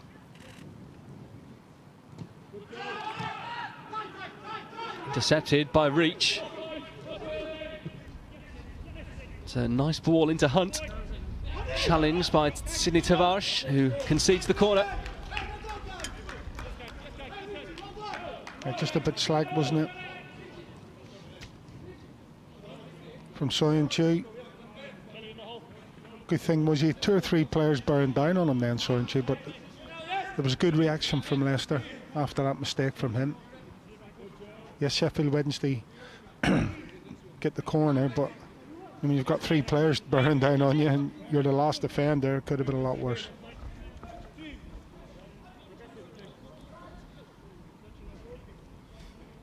In swinger, good delivery as well. Flick on takes it out for a goal kick. Meeting it there at that near post was the substitute who came on at half time.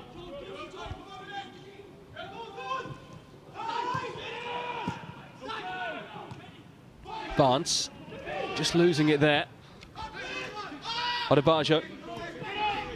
Reach.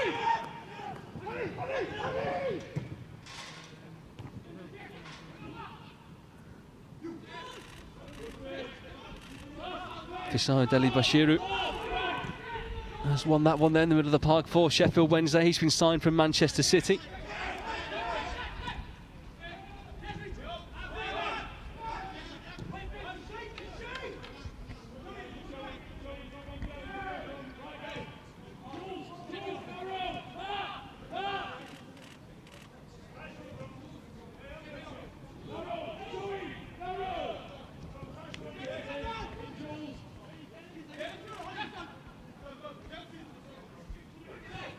Sidney Tavares, only 18. Scored 4 goals for the under-18s last season. He's got a couple in the FA Youth Cup as well against Brighton back in December. He's been with the club a long time. Joined the Foxes at the age of 9. Looks silky, doesn't he? Elegant. Big guy as well, the number 25.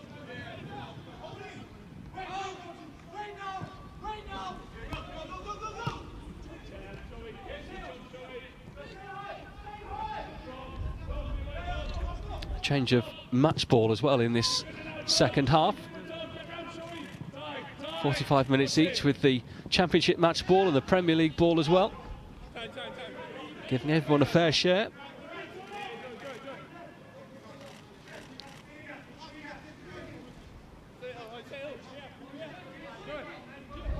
Iorfa will take this throw.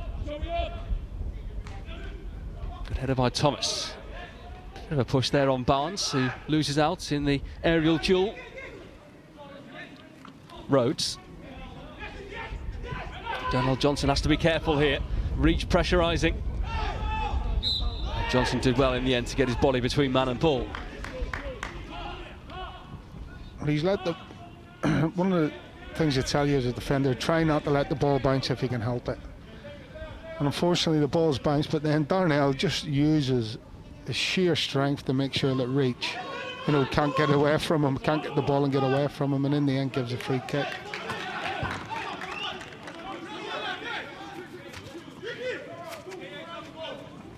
Suyuncu, Turkish international, with a clip ball out towards Barnes. Harvey Barnes again loses out to Iorfa.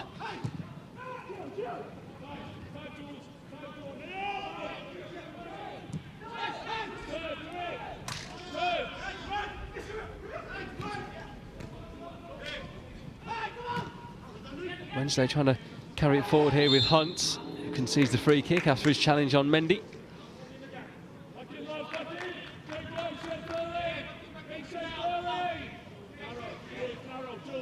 Still goalless here at Loughborough, at the University Stadium. Leicester have been a couple of times in the past when they were in the Youth League. Last time they were in the Champions League, they played their matches here.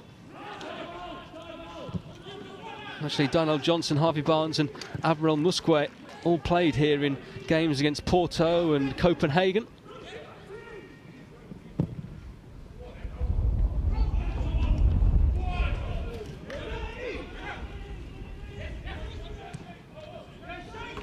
Actually watched the game in Copenhagen. Yeah. Unfortunately, I think they lost that one. I know they beat Copenhagen. They lost to Porto 3-2. It was here against Copenhagen. Great game. They scored later on. That's right. Yeah, I watched that. They've only just finished the Youth League for this season, owing to the break that everyone had across Europe. It's a Leicester City corner. In early, George. Get your men, boys. Early, boys. Come on. First contact on this. Hey! You really do hear everything in these games. We were talking about it at the Premier League games at the end of last season, and you heard it in some and not others, but here you really do get everything. It's all coming from the keeper. Interesting insight, yeah. Joe Wildsmith, the man in goal. Watch it, ref. Fucking hell, ref. Everything. In it comes. Away by Julian Borna.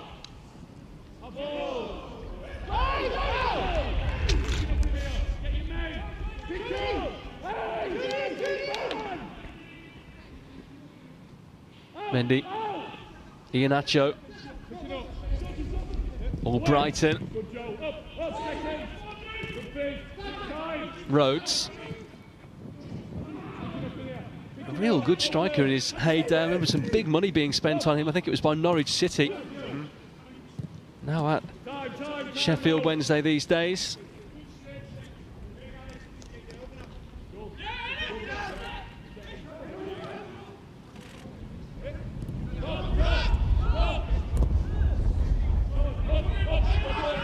Actually only scored 3 goals last season. Bit of a dry spell for him.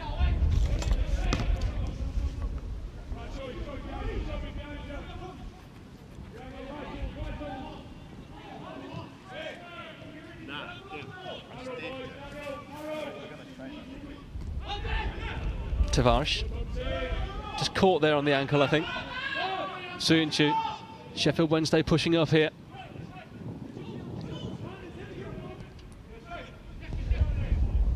Johnson, Deli Bashiru closing him down.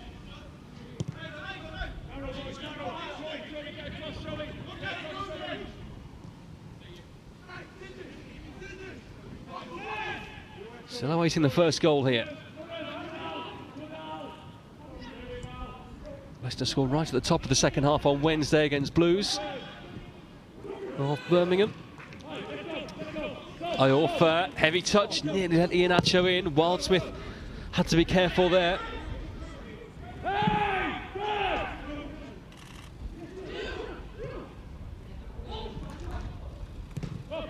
Adebayo asking a lot of Adam Reach. Suyuncu should let this one run, and does.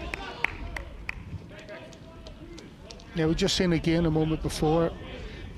Darnell Johnson, good play again from him. Playing that ball from back to front, that little bit quicker. And a little bit of interlink play, and then a rush pass through the middle. Really just got to take a little bit of care on that. And then on the opposite side, Sheffield Wednesday coming down this right-hand side. Moses Odebanjo caught there, and the referee did spot it.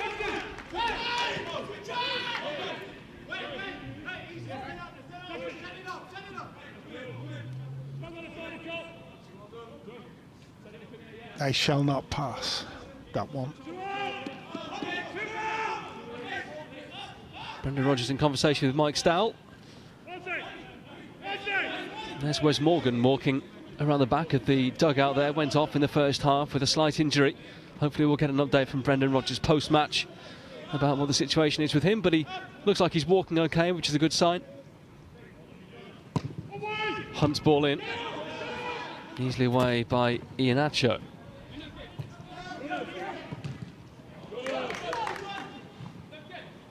Manages to move the Foxes further up the pitch.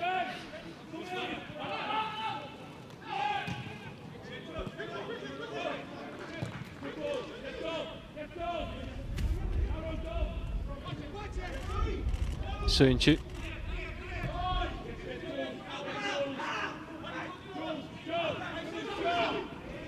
Thomas caught round the neck there by Rhodes.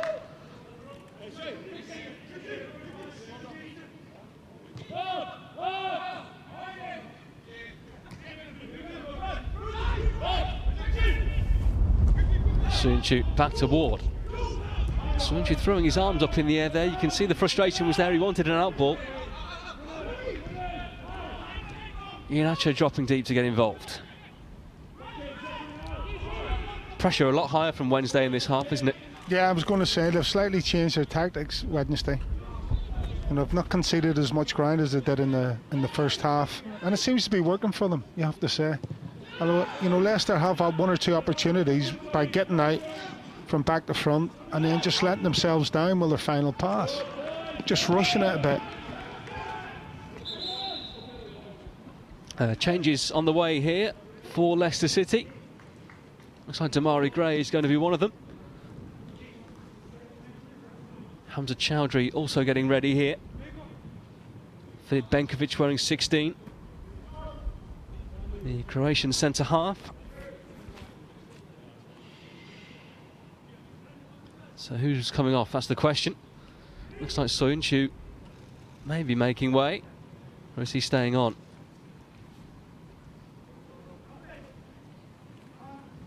Well, Darnell Johnson rushing over. Maybe the substitute is going to be substituted here. Luke Thomas coming off. Darnell Johnson coming off. Mark Albrighton, Papis Mendy.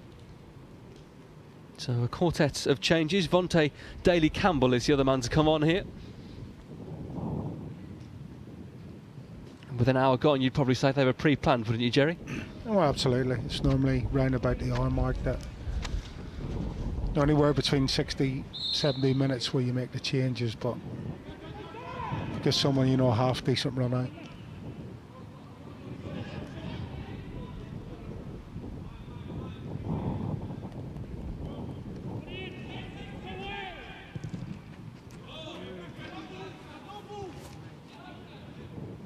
Sheffield Wednesday have a throw here.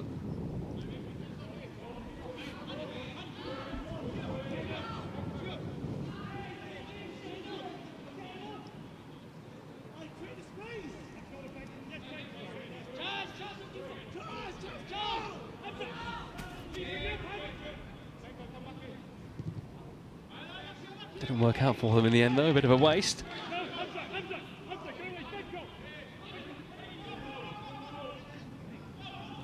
Vontae Daly-Campbell on, 19 years old, England Youth International. Formerly with Arsenal. Before Leicester City picked him up. And Leicester City have a corner to defend here. They're just a little bit sloppy, weren't they? And that challenge, too easy for Sheffield Wednesday to come out of that with a ball and then get a shot off.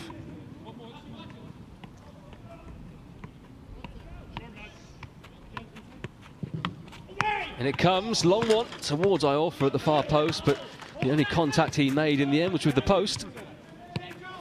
And the post came off second best, you have to say on that. was a fiercely whipped ball in there. No chance for Iorfa there, you have to say. Just too much pace on that. The wind helping that on its way. But again, you have to say, if that ball's a little bit lower, it's a free header at the back post. So the only players out there for Leicester now who started the game are Harvey Barnes, Yuri Tielemans, Shagla Suyuncu and James Justin, who's now switched over to left back, with Vontae Daly-Campbell on his favoured right side.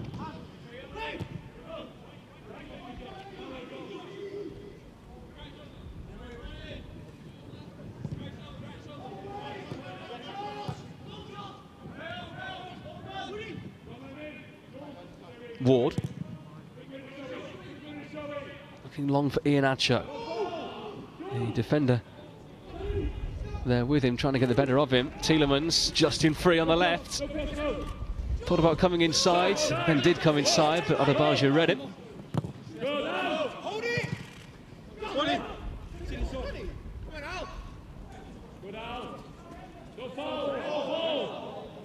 Out off Sydney Tavares. That was an opportunity there, wasn't it? First time we've probably seen it today. A long ball from the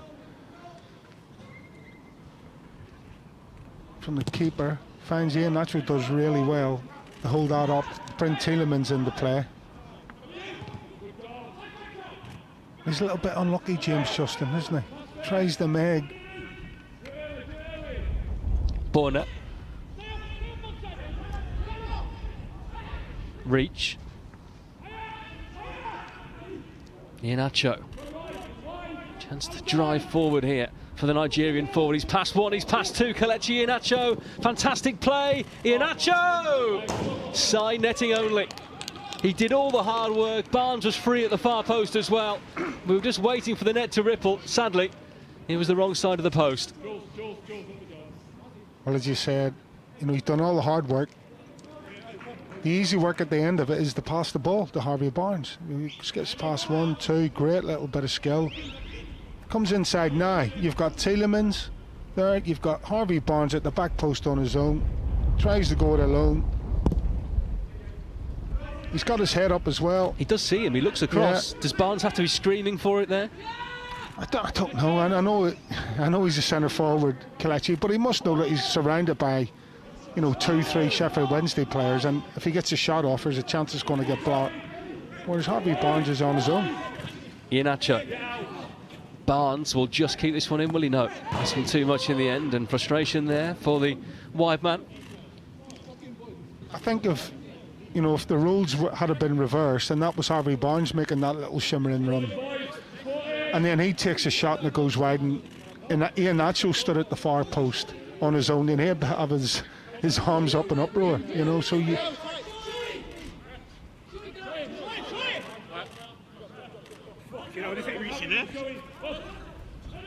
I offer ceiling a few yards.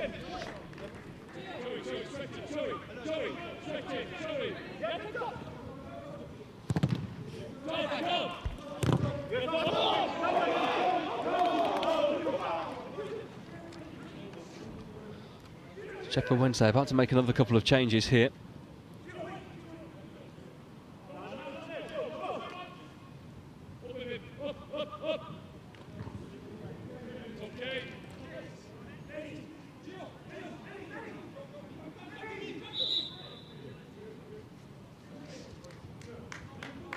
Brennan and Grant are both going to come on here. 2 youngsters.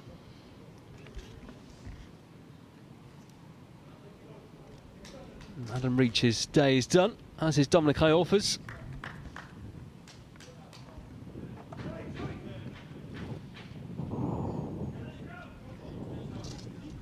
He had that flying header, didn't he, Adam Reach, in the first half. Probably should have done better, you have to say.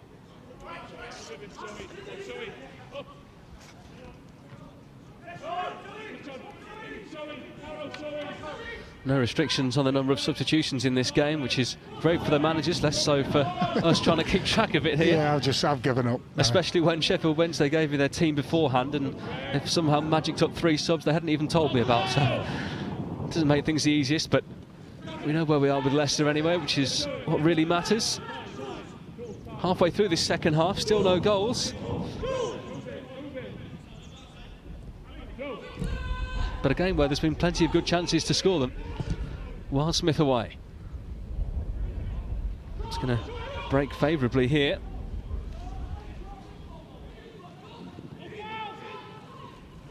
Good interception by Soyuncu. Given away though. Hunt back into the box. Still have a chance, and Tielemans will drive this one out.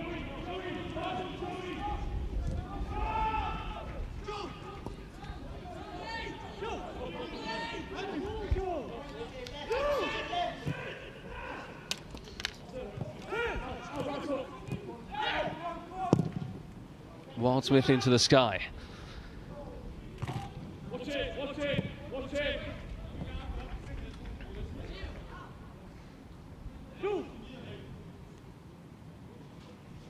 Yeah, invariably when when there's this amount of substitutions, especially in a game like this, then it's no surprise when you see the quality go down. You know, because the guys that are coming on, they're coming on cold. You know, you're trying to play a certain style of football, and they're not up to speed with it. The ball breaks down, and that's why you've seen this game at the minute. You've got to say it's pretty scrappy. Wildsmith slices his kick somewhat, but out off the head of Barnes, who did his best to keep it in. Don't think the groundsman will be too happy. He's taking a nice little chunk. Oh, they'll have a robot to fix this in no time, Joe. They've got everything here. The grass will probably replenish itself before the game's done. Soyuncu. Gray. With space in between the lines here, and he's set Harvey Barnes away. Iheanacho in the middle. Barnes back for Damari Gray. Another great chance, another opportunity spurned. Well, this is fantastic play from Damari Gray. You know, as that ball comes in, it's a clearance from, received from Soyuncu. First touch, out of his feet, bang. Fantastic ball, and then he's on his bike. He just doesn't steady himself. He sort of curls his left foot round it instead of sticking his instep in there and just absolutely thumping that one home. He's got a side foot that. Get a good connection. He just sort of wraps his foot round it, and that's a really poor finish, you have to say, with a goal gaping. You know, there's no two ways about it. And that's probably been the story today, you know. Leicester City have got themselves in the, you know, created themselves some decent opportunities. We've got, well, obviously the game's 0-0, but one or two, you know, good opportunities, one or two really good chances, and haven't taken them. Soyuncu first into the challenge there. Tielemans.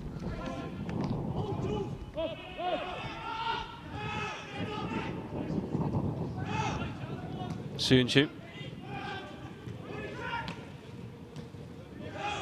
Oh, it's a loose pass. Wednesday onto it here, and they're into the box, and it's been put wide by Hagen. Similar chances at both ends, both roll right at the post. Well, you know, if I'm going to be critical of Damari Gray, then you've got to be ultra critical here. I mean, he's 7 yards out and he puts it wide. I think, you know, good goalkeeping from Danny Ward, first of all. You know, he comes out and makes the angle difficult, but you can't worry about that in that situation as a forward. You have to make sure all you can do is get a good contact on the ball. He doesn't even do that. So yeah, two really disappointing finishes, you've got to say, from one from Damari, one from Sheffield Wednesday. And when you're sat in the dugout as a manager and as a coaching staff, that's when you start scratching your head.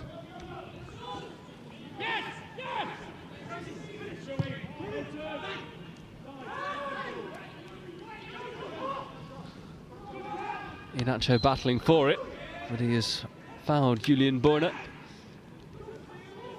the German defender, restarting play.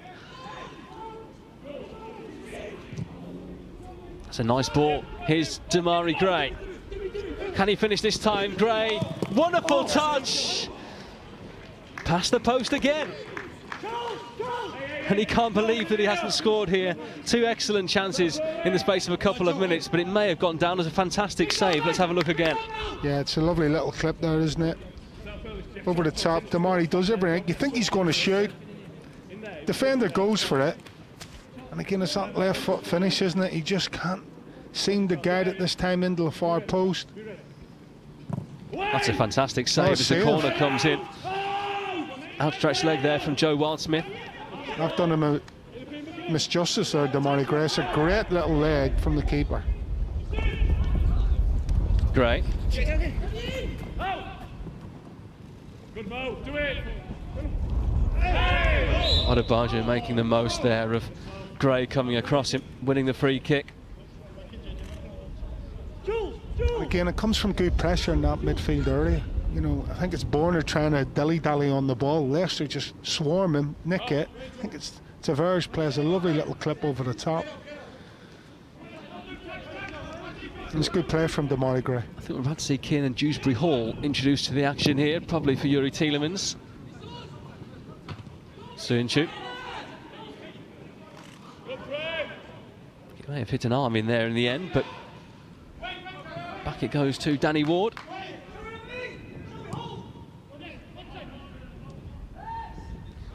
Struggling to recall, but I can't remember either Ward or Schmeichel having to actually make a save as such in the game, have they?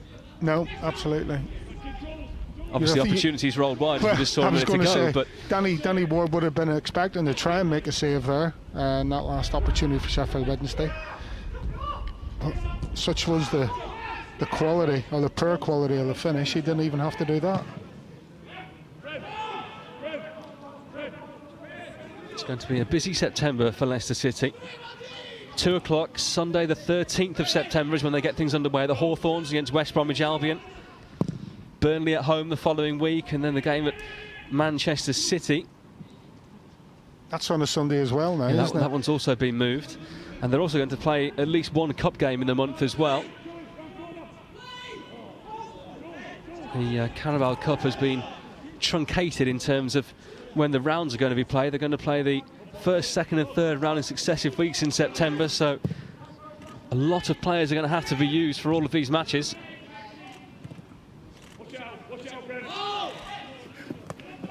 Barnes, he's done really well here, Harvey Barnes. Anyone there? Right across the face. I think you just heard the screams of Yuri Tielemans there. Harvey! Great run. I thought this was a free kick, I'm going to be honest. He just pulls the young full-back back, but the ref doesn't give it. Steamrollers in, goes for the shot. Why not? No, he's being positive. Yes, there was a chance to score it, the Tielemans, but in those sort of situations, why not? He's just unlucky with a finish. Okay, so Harvey Barnes off. And we've got Josh Eppier coming on. Suinchu's gone off here for Josh Knight. And Dewsbury Hall on for Tielemans. Which means now everyone has come off, apart from one person, Jerry, which is... James Justin. James Justin, yes. So it looks like he may last the 90, he may play a few more minutes, we shall see. I'm just thinking, is that why Tielemans was screaming at Harvey Barnes? Because he knew that was his last. He must have seen the subs warming up and thought, well, I could have been leaving the pitch with a goal under my belt.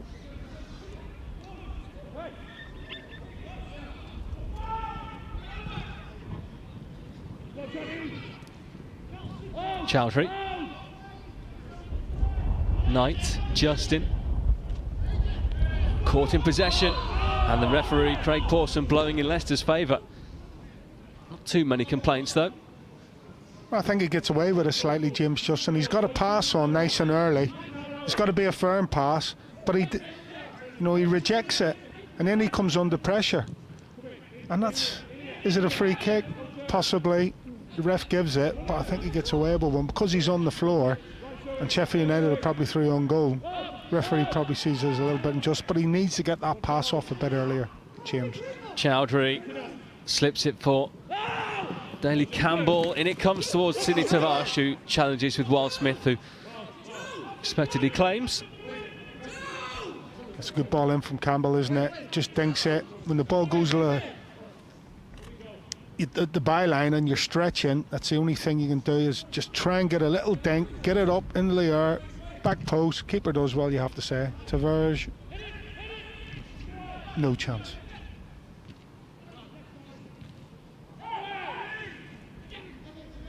Knight on loan at Peterborough last season, where he played in plenty of their matches.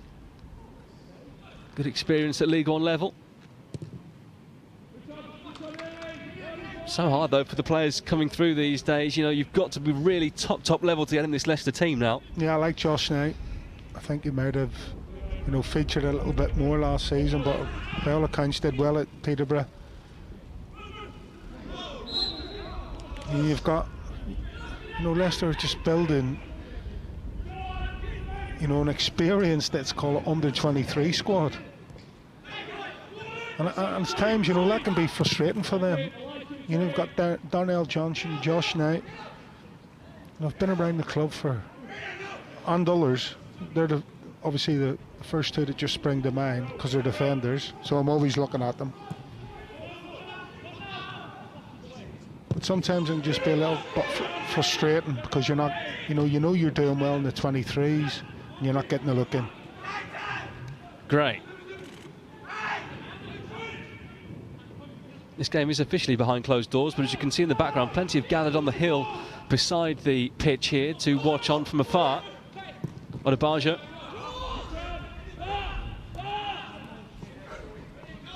I'm just quite interested to see if a goal goes in, whether they're all going to start cheering or not over on that hill, but at the moment it's still 0-0. Well,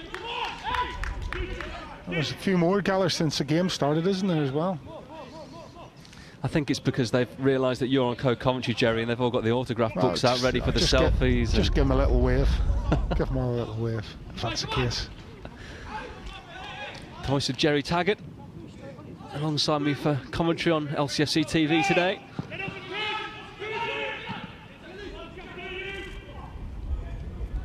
Iheanacho battling away.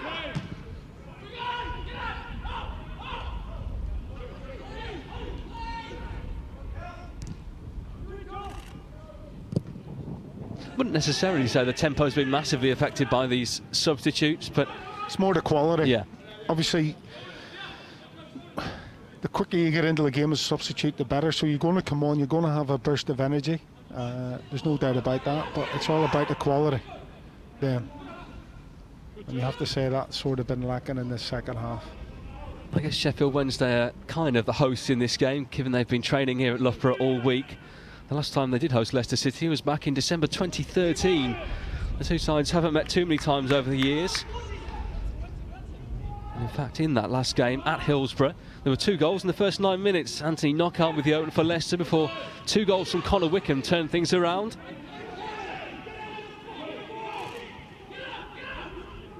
I thought you were going to mention the last time both teams played in the Premier League. Do you have a date on that one? It's, might have had a little part to play in that game at Filbert Street, yeah. Tell us more.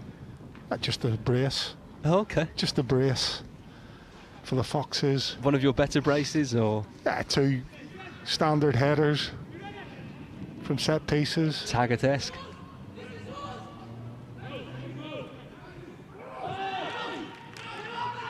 Man of the match? Well, I wouldn't go that far, but job done. Clean sheet, 3-0 win. Great.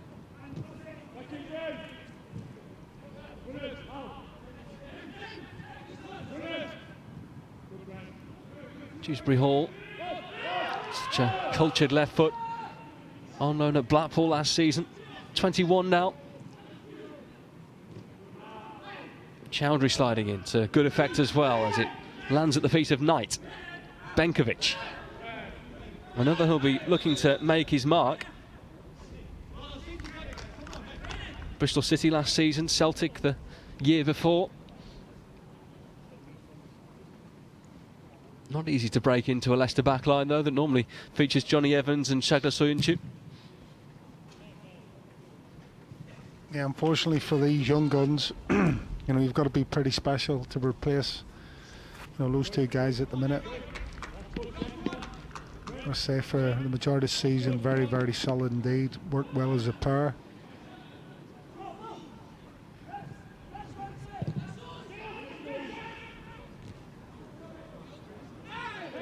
Tangle in midfield.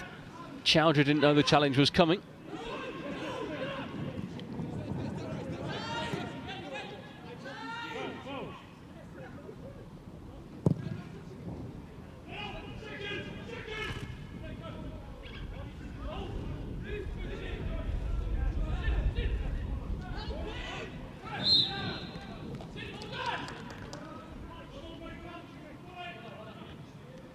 Do you think the players in these pre-season friendlies, given they're played with no crowd like the league games are going to be, are going through the same processes they would be for a league game? Do you think you'd be any more nervous playing a Premier League game, even though it's behind closed doors? Yeah, again, it's a hard one to answer because I've never been through that myself as a professional footballer, playing behind, you know, a league game behind, you know, closed doors. It's difficult. But I would imagine, you know, knowing what rides on a Premier League game or a cup game, then I would say, yeah, the process will be exactly the same. It might be slightly more difficult to get your mind in that, but once you've overcome that, because obviously the buzz of the crowd helps you, there's no doubt about that. When you ask anyone, you ask the players, but you ask anyone involved in the game, probably the biggest thing that is missing from football is the crowd. So, you know, and the majority of players obviously used to playing in front of a crowd and not having it there, you know, it's a different kind of scenario to have to deal with. But, you know, the 9 league games, I think it was, and an FA Cup match to get over that. So I think for the more experienced players, it shouldn't be an issue anymore. It does sound like things are heading in the right direction though. That Brighton-Chelsea friendly we mentioned earlier is one of a number of test events which have been allowed by the government to have fans back inside. 2,500 set to be at the Amex tomorrow for that one. And Chelsea, they have been on a spending spree, haven't they? Obviously, Ben Chilwell, this week for big money. A number of other players in attacking positions as well. They brought in Thiago Silva on a free transfer.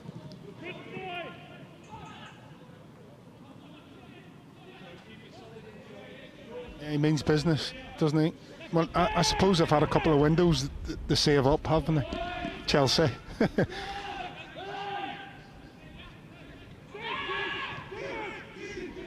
Dewsbury Hall just hit the back there of Sidney Terrache. As Gray had made the run wide left. Get the feeling this game just trundling towards a goalless conclusion, you would say. Yeah, just one bit of quality. We almost seen it there from Dewsbury Hall. Damari Gray with, you know, looking to stretch the game. Good run from him. Just unfortunate with the execution. So just one bit of quality. But yeah, you've got to say, on the face of it, 0-0 looks the most likely outcome at the minute.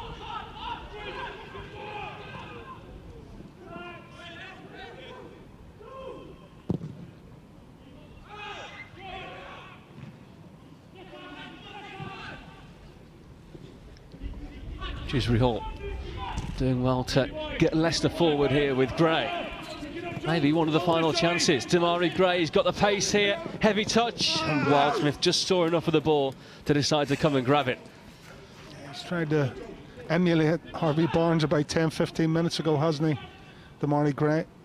Lovely pass here from Dewsbury Hall. Look at that. Perfect weight into the path for Damari. He knows he's got the legs in, but unfortunately his touch just lets him down there. I'm going to say the keeper does well. Just the time when he's going to come off his line. Wildsmith long. Tavares caught. Gray underneath this.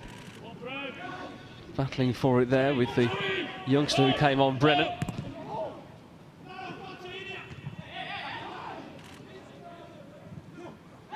Iheanacho skipping past one challenge there. Kelechi Iheanacho. The ball was on wide right. Towards Josh Eppiah, who gets there now to win a throw. We are heading towards the final 60 seconds. I don't think there'll be any added time. If they had on 30 seconds for every sub we've had today, we'd still be here at midnight. I wouldn't be. Eppiah being forced back.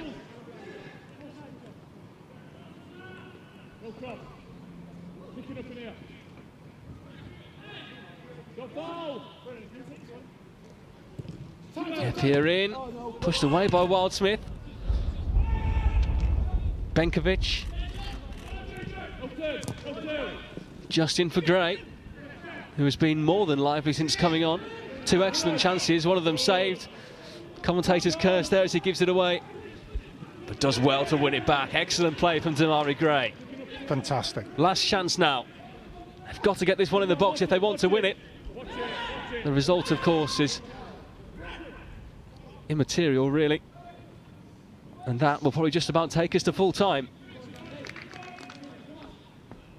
I wonder if the ref is going to let him take the goal kick and blow it up, or is he going to blow it up? No. He's just going to blow up Jerry Taggart. 0-0 the full-time results. Of course, the result doesn't matter. All about the fitness, all about the style of play, I guess, for Brendan Rodgers. They did have chances to win it. Demarai Gray with two excellent chances. Jamie Vardy had a point-blank effort saved in the first half as well. Iheanacho put one into the side netting when we thought he might score. An embrace between the two sets of coaching staff on the near side here. Plenty of minutes for plenty of players, but ultimately Jerry Taggart, no goals. Yeah, absolutely. You know, opportunities created, goal-scoring opportunities created. Unfortunately, they couldn't take them. Decent work out against, you've got to say, a decent Sheffield Wednesday team. Quality in the second half, you've got to say, sort of waned a bit, but you would expect that with the amount of substitutes that were made. You know, it's very, very hard for the younger players to come on, get up the speed, and then try and, you know, create that style of play. And, you know, that was there to see for, in the first half of the game. So decent work out though for Brendan Rodgers and his lads. Yeah, minutes in the legs for these players who go forward to that game against Blackburn next weekend at King Power Stadium in Leicester's next pre-season friendly. We're off to get some reaction from pitch side. We hand back to Dan Bates and Matt Elliott in the studio with a full-time result here at Loughborough University Stadium of Sheffield Wednesday 0, Leicester City 0.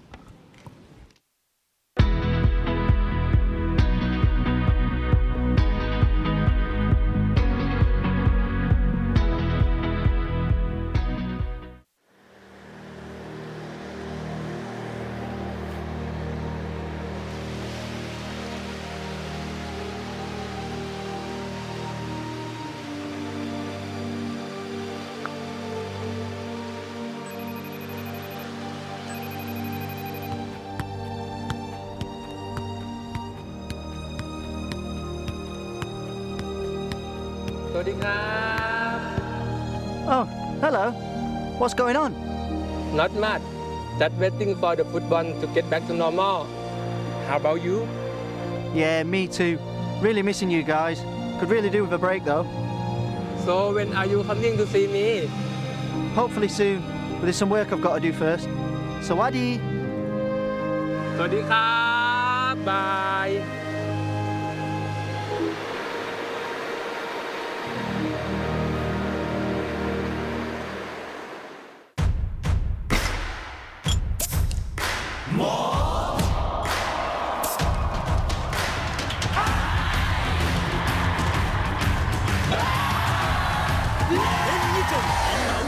biết Sài Gòn.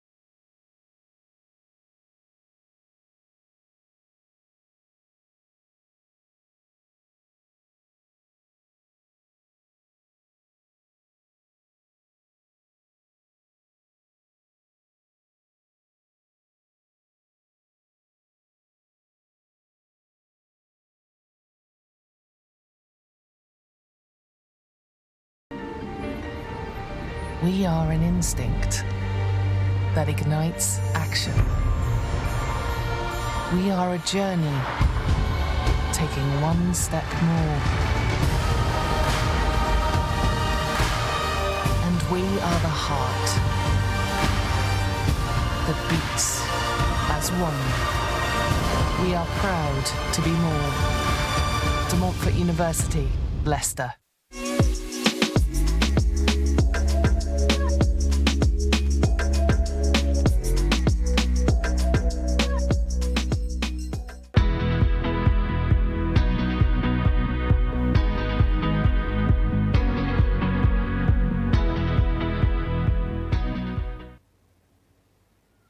Welcome back to pre-season 2020 with me, Dan Bates, and Matt Elliott. It finished 0-0 at Loughborough University between Leicester City and Sheffield Wednesday. Quick reminder, of course, a week today, Leicester are back in action for their final pre-season game of the short summer. They play Blackburn. You can watch it again on LCFC TV from 12:30. Matt, though, looking at the game this afternoon, it wasn't the best game of football, was it? Let's be honest, but another good run out, I guess, for the Leicester players. Yeah, it's more minutes under the belt, isn't it? It's a good exercise in certain aspects, but I think it did highlight a few areas that Brendan Rodgers will want the players to brush up on. I think, both in an attacking sense and also defensively as well. But there wasn't a whole deal of goalmouth action, was there? Little flashes in the first half, then it went through a barren period for both teams through the middle of the game, and towards the end, as you would expect, a few things opened up, and Leicester had more than their fair share of opportunities, didn't they? Some good play by Iheanacho, Damari Gray was wasteful a couple of times, Barnes equally, but on the flip side of that, they could have conceded themselves, but we'll come on to that. Iheanacho, he's done superbly well, hasn't he? Strength, power, pace, technique, and opened up for him nicely. And he's gone for the option, the shot across the line of the keeper's sight, if you like, through the defenders. But Harvey Barnes will be disappointed that the ball didn't come his way. Harvey Barnes doing very well on this occasion. Sometimes can be accused of being a little bit wasteful or losing possession too easily, but he's done superbly there. Drove at the full-back, squared it across right in the line of Damari Gray, and he's somehow screwed it wide with his wrong foot. But Damari Gray looked to make amends, and I think this was actually before that instance. No, that one was after, wasn't it? The goalkeeper saved. Did very well there, because he's sort of bemoaning his luck and looking frustrated. I initially thought, well, it's poor finish. It's just gone straight past the post, but the keeper's got a lovely little touch with his right foot. Gray slightly unfortunate, but should have scored probably. Barnes has got the beating of the fullback here, as we saw previously, and he's absolutely taken him to task, but eventually just sort of run out of space and, dare I say, ideas, or certainly options, and he's gone for broke, and it didn't quite work for him, because, again, I think Damari Gray was lurking, Tillemans was lurking, there were bodies in the box, which is encouraging. Nice direct play by Harvey Barnes, but the finishing touch wasn't there, and that was the case on a number of occasions. Yeah, it just wasn't there today for Leicester, as you said, throughout the whole game. But not the end of the world. These games are there to sharpen up, in particular on your finishing as much as anything, but your all-round play. You're sort of finding your feet, finding your rhythm a little bit. So, why you don't want to be too casual or non-critical of the situation. The opportunities arose, and this is a time to miss them, if you like. Hopefully that doesn't continue. But having said that, as Brendan Rodgers said before, at the Birmingham game, it's nice to get in a winning habit, and it would have been nice to have the victory today, put a few goals in the back of the net. Could have, probably should have happened, but at the same token, Leicester were a little bit susceptible defensively, and I thought, in particular, playing out from the back, choosing when and where to do it is vital. I don't think you can be compelled to do it every time, because sometimes, you risk putting yourself in a spot of bother, and Leicester did that on a good few occasions, and that's another area where they'll need to brush up.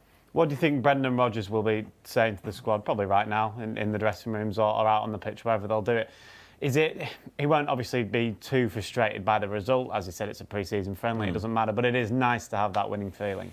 Yeah, of course, and although there's not an overemphasis on the result, but it's nice to tick along with a few wins, isn't it? And it doesn't do the camp any harm whatsoever. But there were quite a lot of points. I thought they pressed very well in the first 45 in particular. You could see that was a big feature of their play. Albrighton in particular, and generally in the midfield, Mendy, who was supporting that type of play. But and they got some joy from it. They broke at Sheffield Wednesday,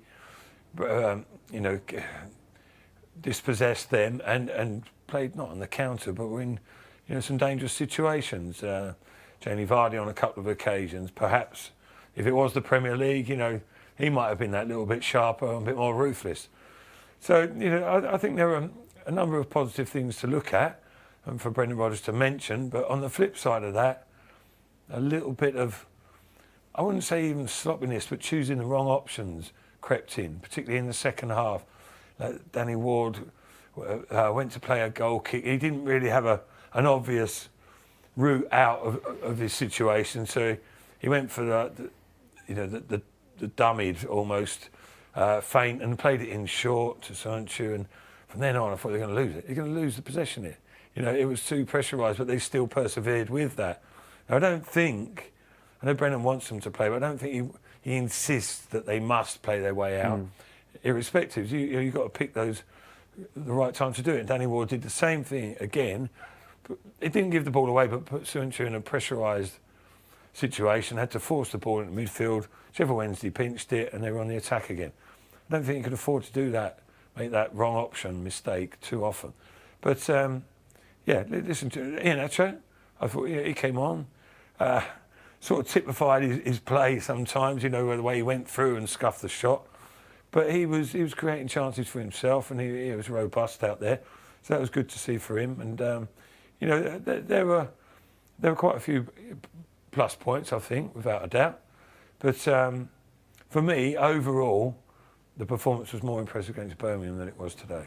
Who would be the one key standout player, do you think, for Leicester today? That's quite difficult, to be honest. It's a tough question, that. Yeah, especially when the players have been rotated quite heavily. But I think, James Justin, he springs to mind because he played the entirety of the game, but he was a little bit loose in the second half as well. He did well in the first, less so in the second 45, as I mentioned. But I think probably, he only played like half the game, but Albrighton I thought was quite impactful when he was playing. He was, the shape of the team was good. He was linking up play, and he was closing down. He was breaking up possession of Sheffield Wednesday, without being scintillating. I thought he was one of the better players.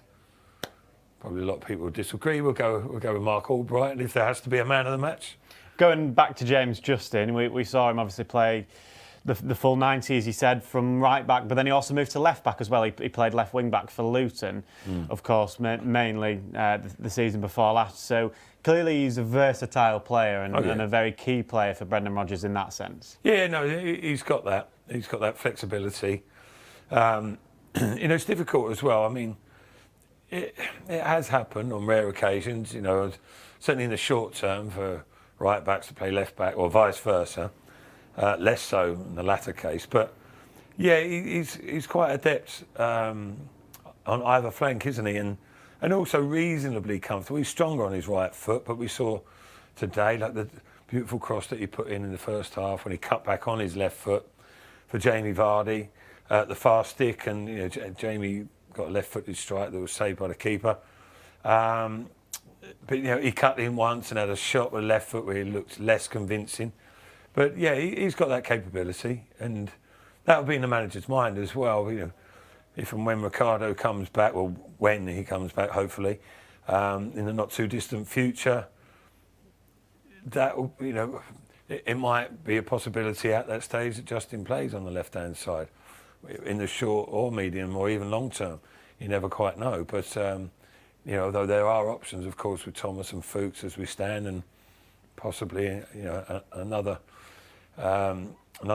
left back coming into the club at some stage. We don't know, but yeah, you know, James Justin, he's better than he's sort of that interim stage, isn't he?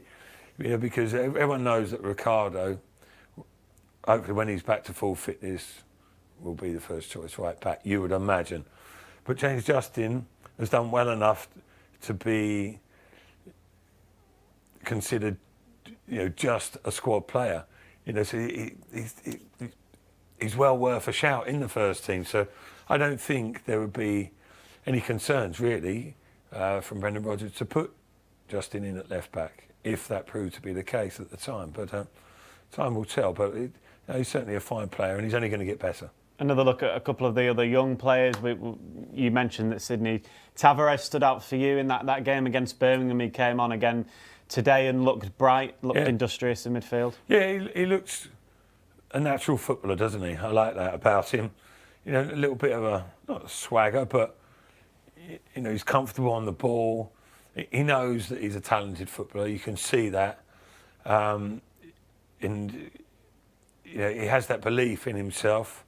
And how important is that as a young player, to have the belief in yourself? Yeah, no, I think it's huge in your development as well, because you know, as long as you recognise the areas that you need to improve, you know, you don't think you're the done deal already, you know, and you're aware that there's areas that you need to develop on. But you know, as I'm sure he will do. But if you've got the basics as well, you've got that little, some say arrogance, confidence, whatever it is, but you know, just plain simple belief, because you've put the hard graft in, you've got that natural talent, you've obviously enhanced it and practiced it, developed it to a level where you can go in and train with the calibre of players that he is, and now he's playing with the calibre of players that, you know, a Premier League experience and quality, and he's getting to sample that. And you know, okay, it's pre-season, it's early days, and you know, I don't think he'll be rushed by any means, but without doubt, he's caught the manager's eye, I think, because you know, I heard him mention him at the end of the Birmingham game, in his post-match interview, and an accolade like that, it's not said for no reason, and they'll be keeping an eye on him, and they'll be hoping that he can fulfil the promise that he's showing. In a way, that's almost what pre-season is all about, isn't it? It's finding players like that and knowing you can trust them, because hopefully if Leicester go deep in the competitions they're in this season, there could be 50 plus games that they're played, so there's going to be a lot of games for those types of players, hopefully. Yeah, well, fingers crossed, yeah.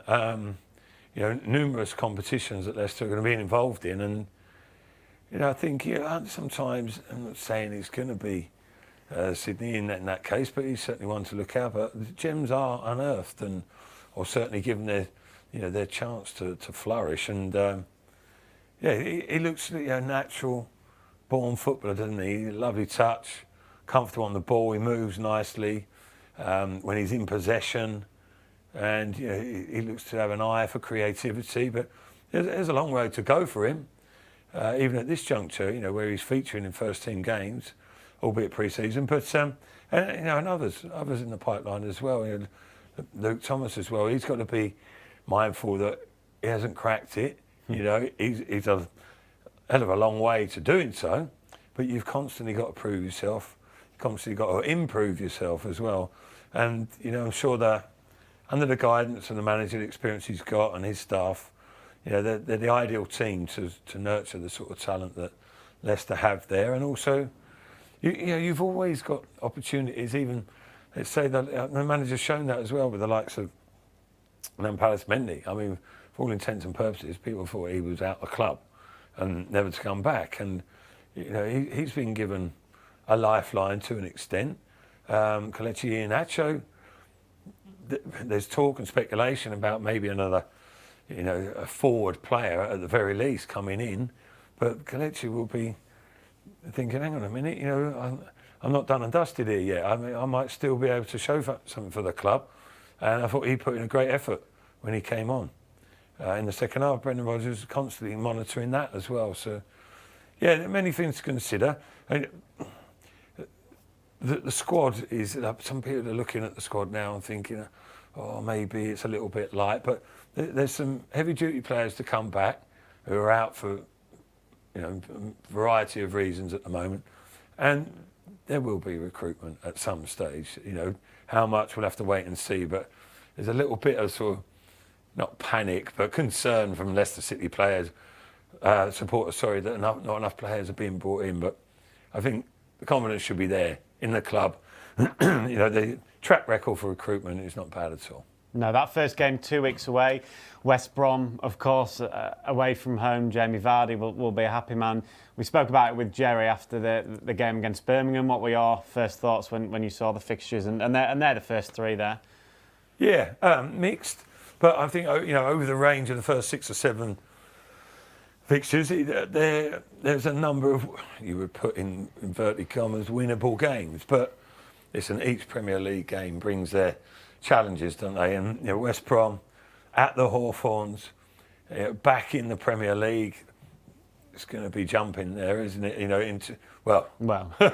would have been. Getting ahead of myself there. Obviously, the supporters aren't there, but they're still, as players, they're going to be, spurred on. Yeah, of course they will, and they'll be, not revitalised, but they'll be energised by the fact that they've managed to get back into the Premier League, and early on they're going to be going all guns blazing as best they can. So, tough proposition. Confirmation, as you can see, by the way, on the screen, the West Brom and the Man City game both moved to the Sunday, those games as well. Burnley, incidentally, they play Manchester United, or were supposed to play Manchester United in their first game. So that will actually be Burnley's first game of the season. Oh, yeah, of course, because of the late finish for Man United. So, yeah, I mean, listen, you can sit there and predict or analyse. Obviously, the Man City game's going to be a difficult one, isn't it? Even at whatever stage of the season. Similarly, they'll be bringing in a few additions, you would think.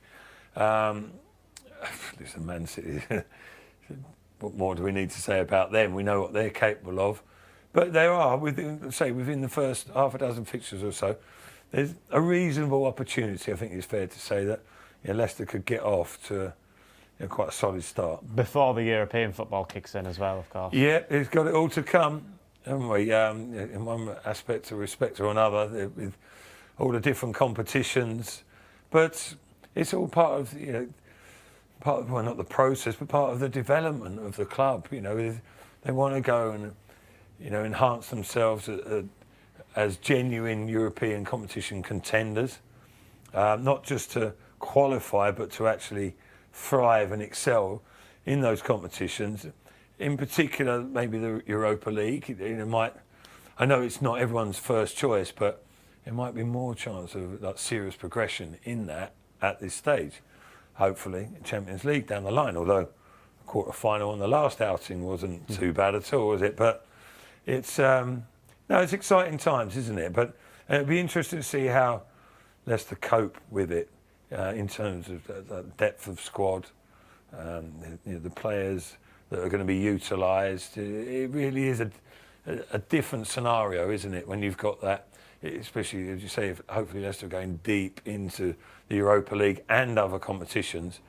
It's it's very testing and demanding on the players themselves as a squad, and more so than the manager as well, really, because he has that experience, and that could prove vital. Because if you went into it with the unknown, in terms of European experience and managing and rotating, and all those different things that you've got to monitor and assess, if to be successful in numerous competitions over a period of time, it's a hell of a lot of work, and not always appreciated if there's a little bit of a bad run. Some people are quick to be critical, but it'd be interesting to see how the players and especially the manager guides the ship through those waters. It'd be interesting. Just on those European games, I know Chris and Jerry mentioned it a little bit in commentary about what potential pot Leicester might be in, whether it's 2, whether it's 3, I don't know. That hasn't been confirmed yet, but there's a potential for some really tasty ties for Leicester. Yeah, people are quite quick to bemoan the fact that the Europa League has some far and away, obscure locations, lurking within its realms. But there's some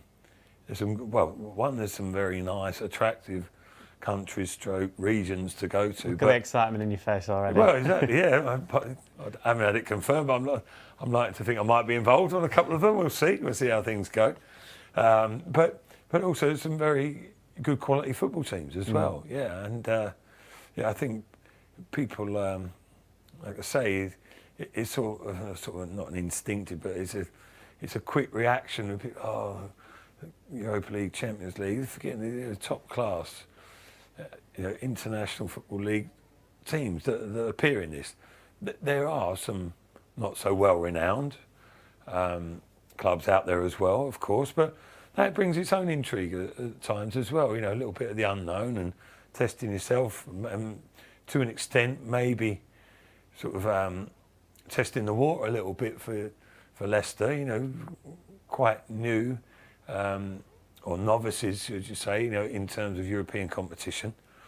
So it might not be such a bad thing if there were to be a more relatively comfortable ties early on, just to feel your way into the competition and build up as you go along. But you can't take anyone for granted, that's for sure. But it's going to be fun. It's going to be exciting, whatever the case. Well, one man who'll be very excited is, of course, Brendan Rodgers. Let's hear from him, though. He's been at Loughborough University, of course, for that game with Sheffield Wednesday today. Here's his post-match thoughts.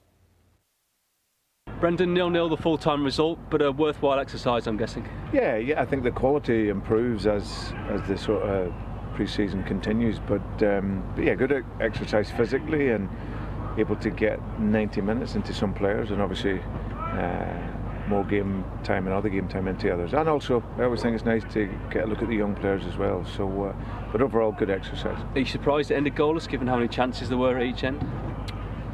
Yeah. I think that was the quality factor. Like I say, there was we had a number of really good moments where we just didn't make the last pass or make the right decision to score. We showed some good moments in build-up to arrive there, and like you say, they had one or two chances as well. So, but no, not a great game for quality, but plenty of effort. Given the strange way this pre-season has been, where would you say the players are percentage-wise in terms of fitness? Well, no, we still have a long way to go, and I think because of the nature of the season when it's going to start, then the players will still be searching for it. But we've still got a couple of weeks to go, and unfortunately now we lose a number of players away to international duty, but hopefully they can be safe and get some fitness whilst they're away. The others will stay at home and work, and we'll get them up to as highest level as we can. But there's still a way to go in terms of the physicality of the team. You talk about internationals there. How does that actually work then in terms of the players you're losing, and who's going to make up the shortfall? Is it more of the under-23s that will step up? Yeah, well, a lot of the players are away from tonight, so they'll go away and meet up with the international teams, and the guys that'll stay will be then joined by some of our under-23 players. In fairness to them, they've been with us over this COVID period, so they've been used to working. You see them now in the background working away as well. So yeah, we'll still have a good number, and we'll continue with our preparation. And the fans have seen plenty of those young players in the last couple of games. What can you say about them as a whole, in the way they kind of hold themselves with the rest of the first team, the way they train and everything like that, and get themselves ready? Yeah, but well, listen, these guys they're not 17, 18. A lot of them are 20 to 22, so they're a good age, and they've absolutely been superb since they come in. Their attitude's been great. They've shown a respect, but they've played with no fear and looked to try and impress. Obviously, there's one or two younger ones like Sydney, who is obviously younger than a number of the others, has come in and done very well also. So yeah, they're talented young bunch. Some of them will probably end up going out to Championship clubs and League One clubs to continue with their development as well. And just finally, there were plenty of changes today, but probably the only unplanned change was Wes Morgan coming off in the first half. What can you tell us about what he did? Yeah, he just felt at the top of his hamstring a tightness, so we'll get a scan on that, and hopefully, all being well, he'll be okay.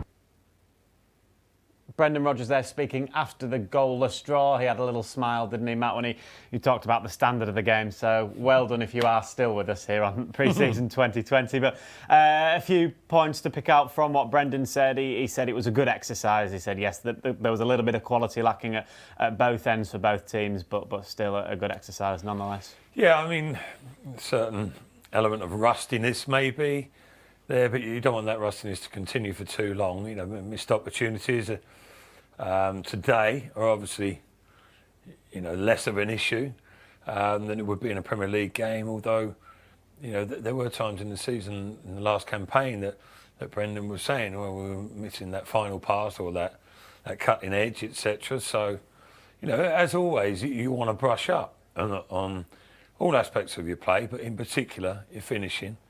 And you know that's the most difficult part of the game to get right regularly, but probably the most important. But yeah, you know, generally it served a purpose, didn't it?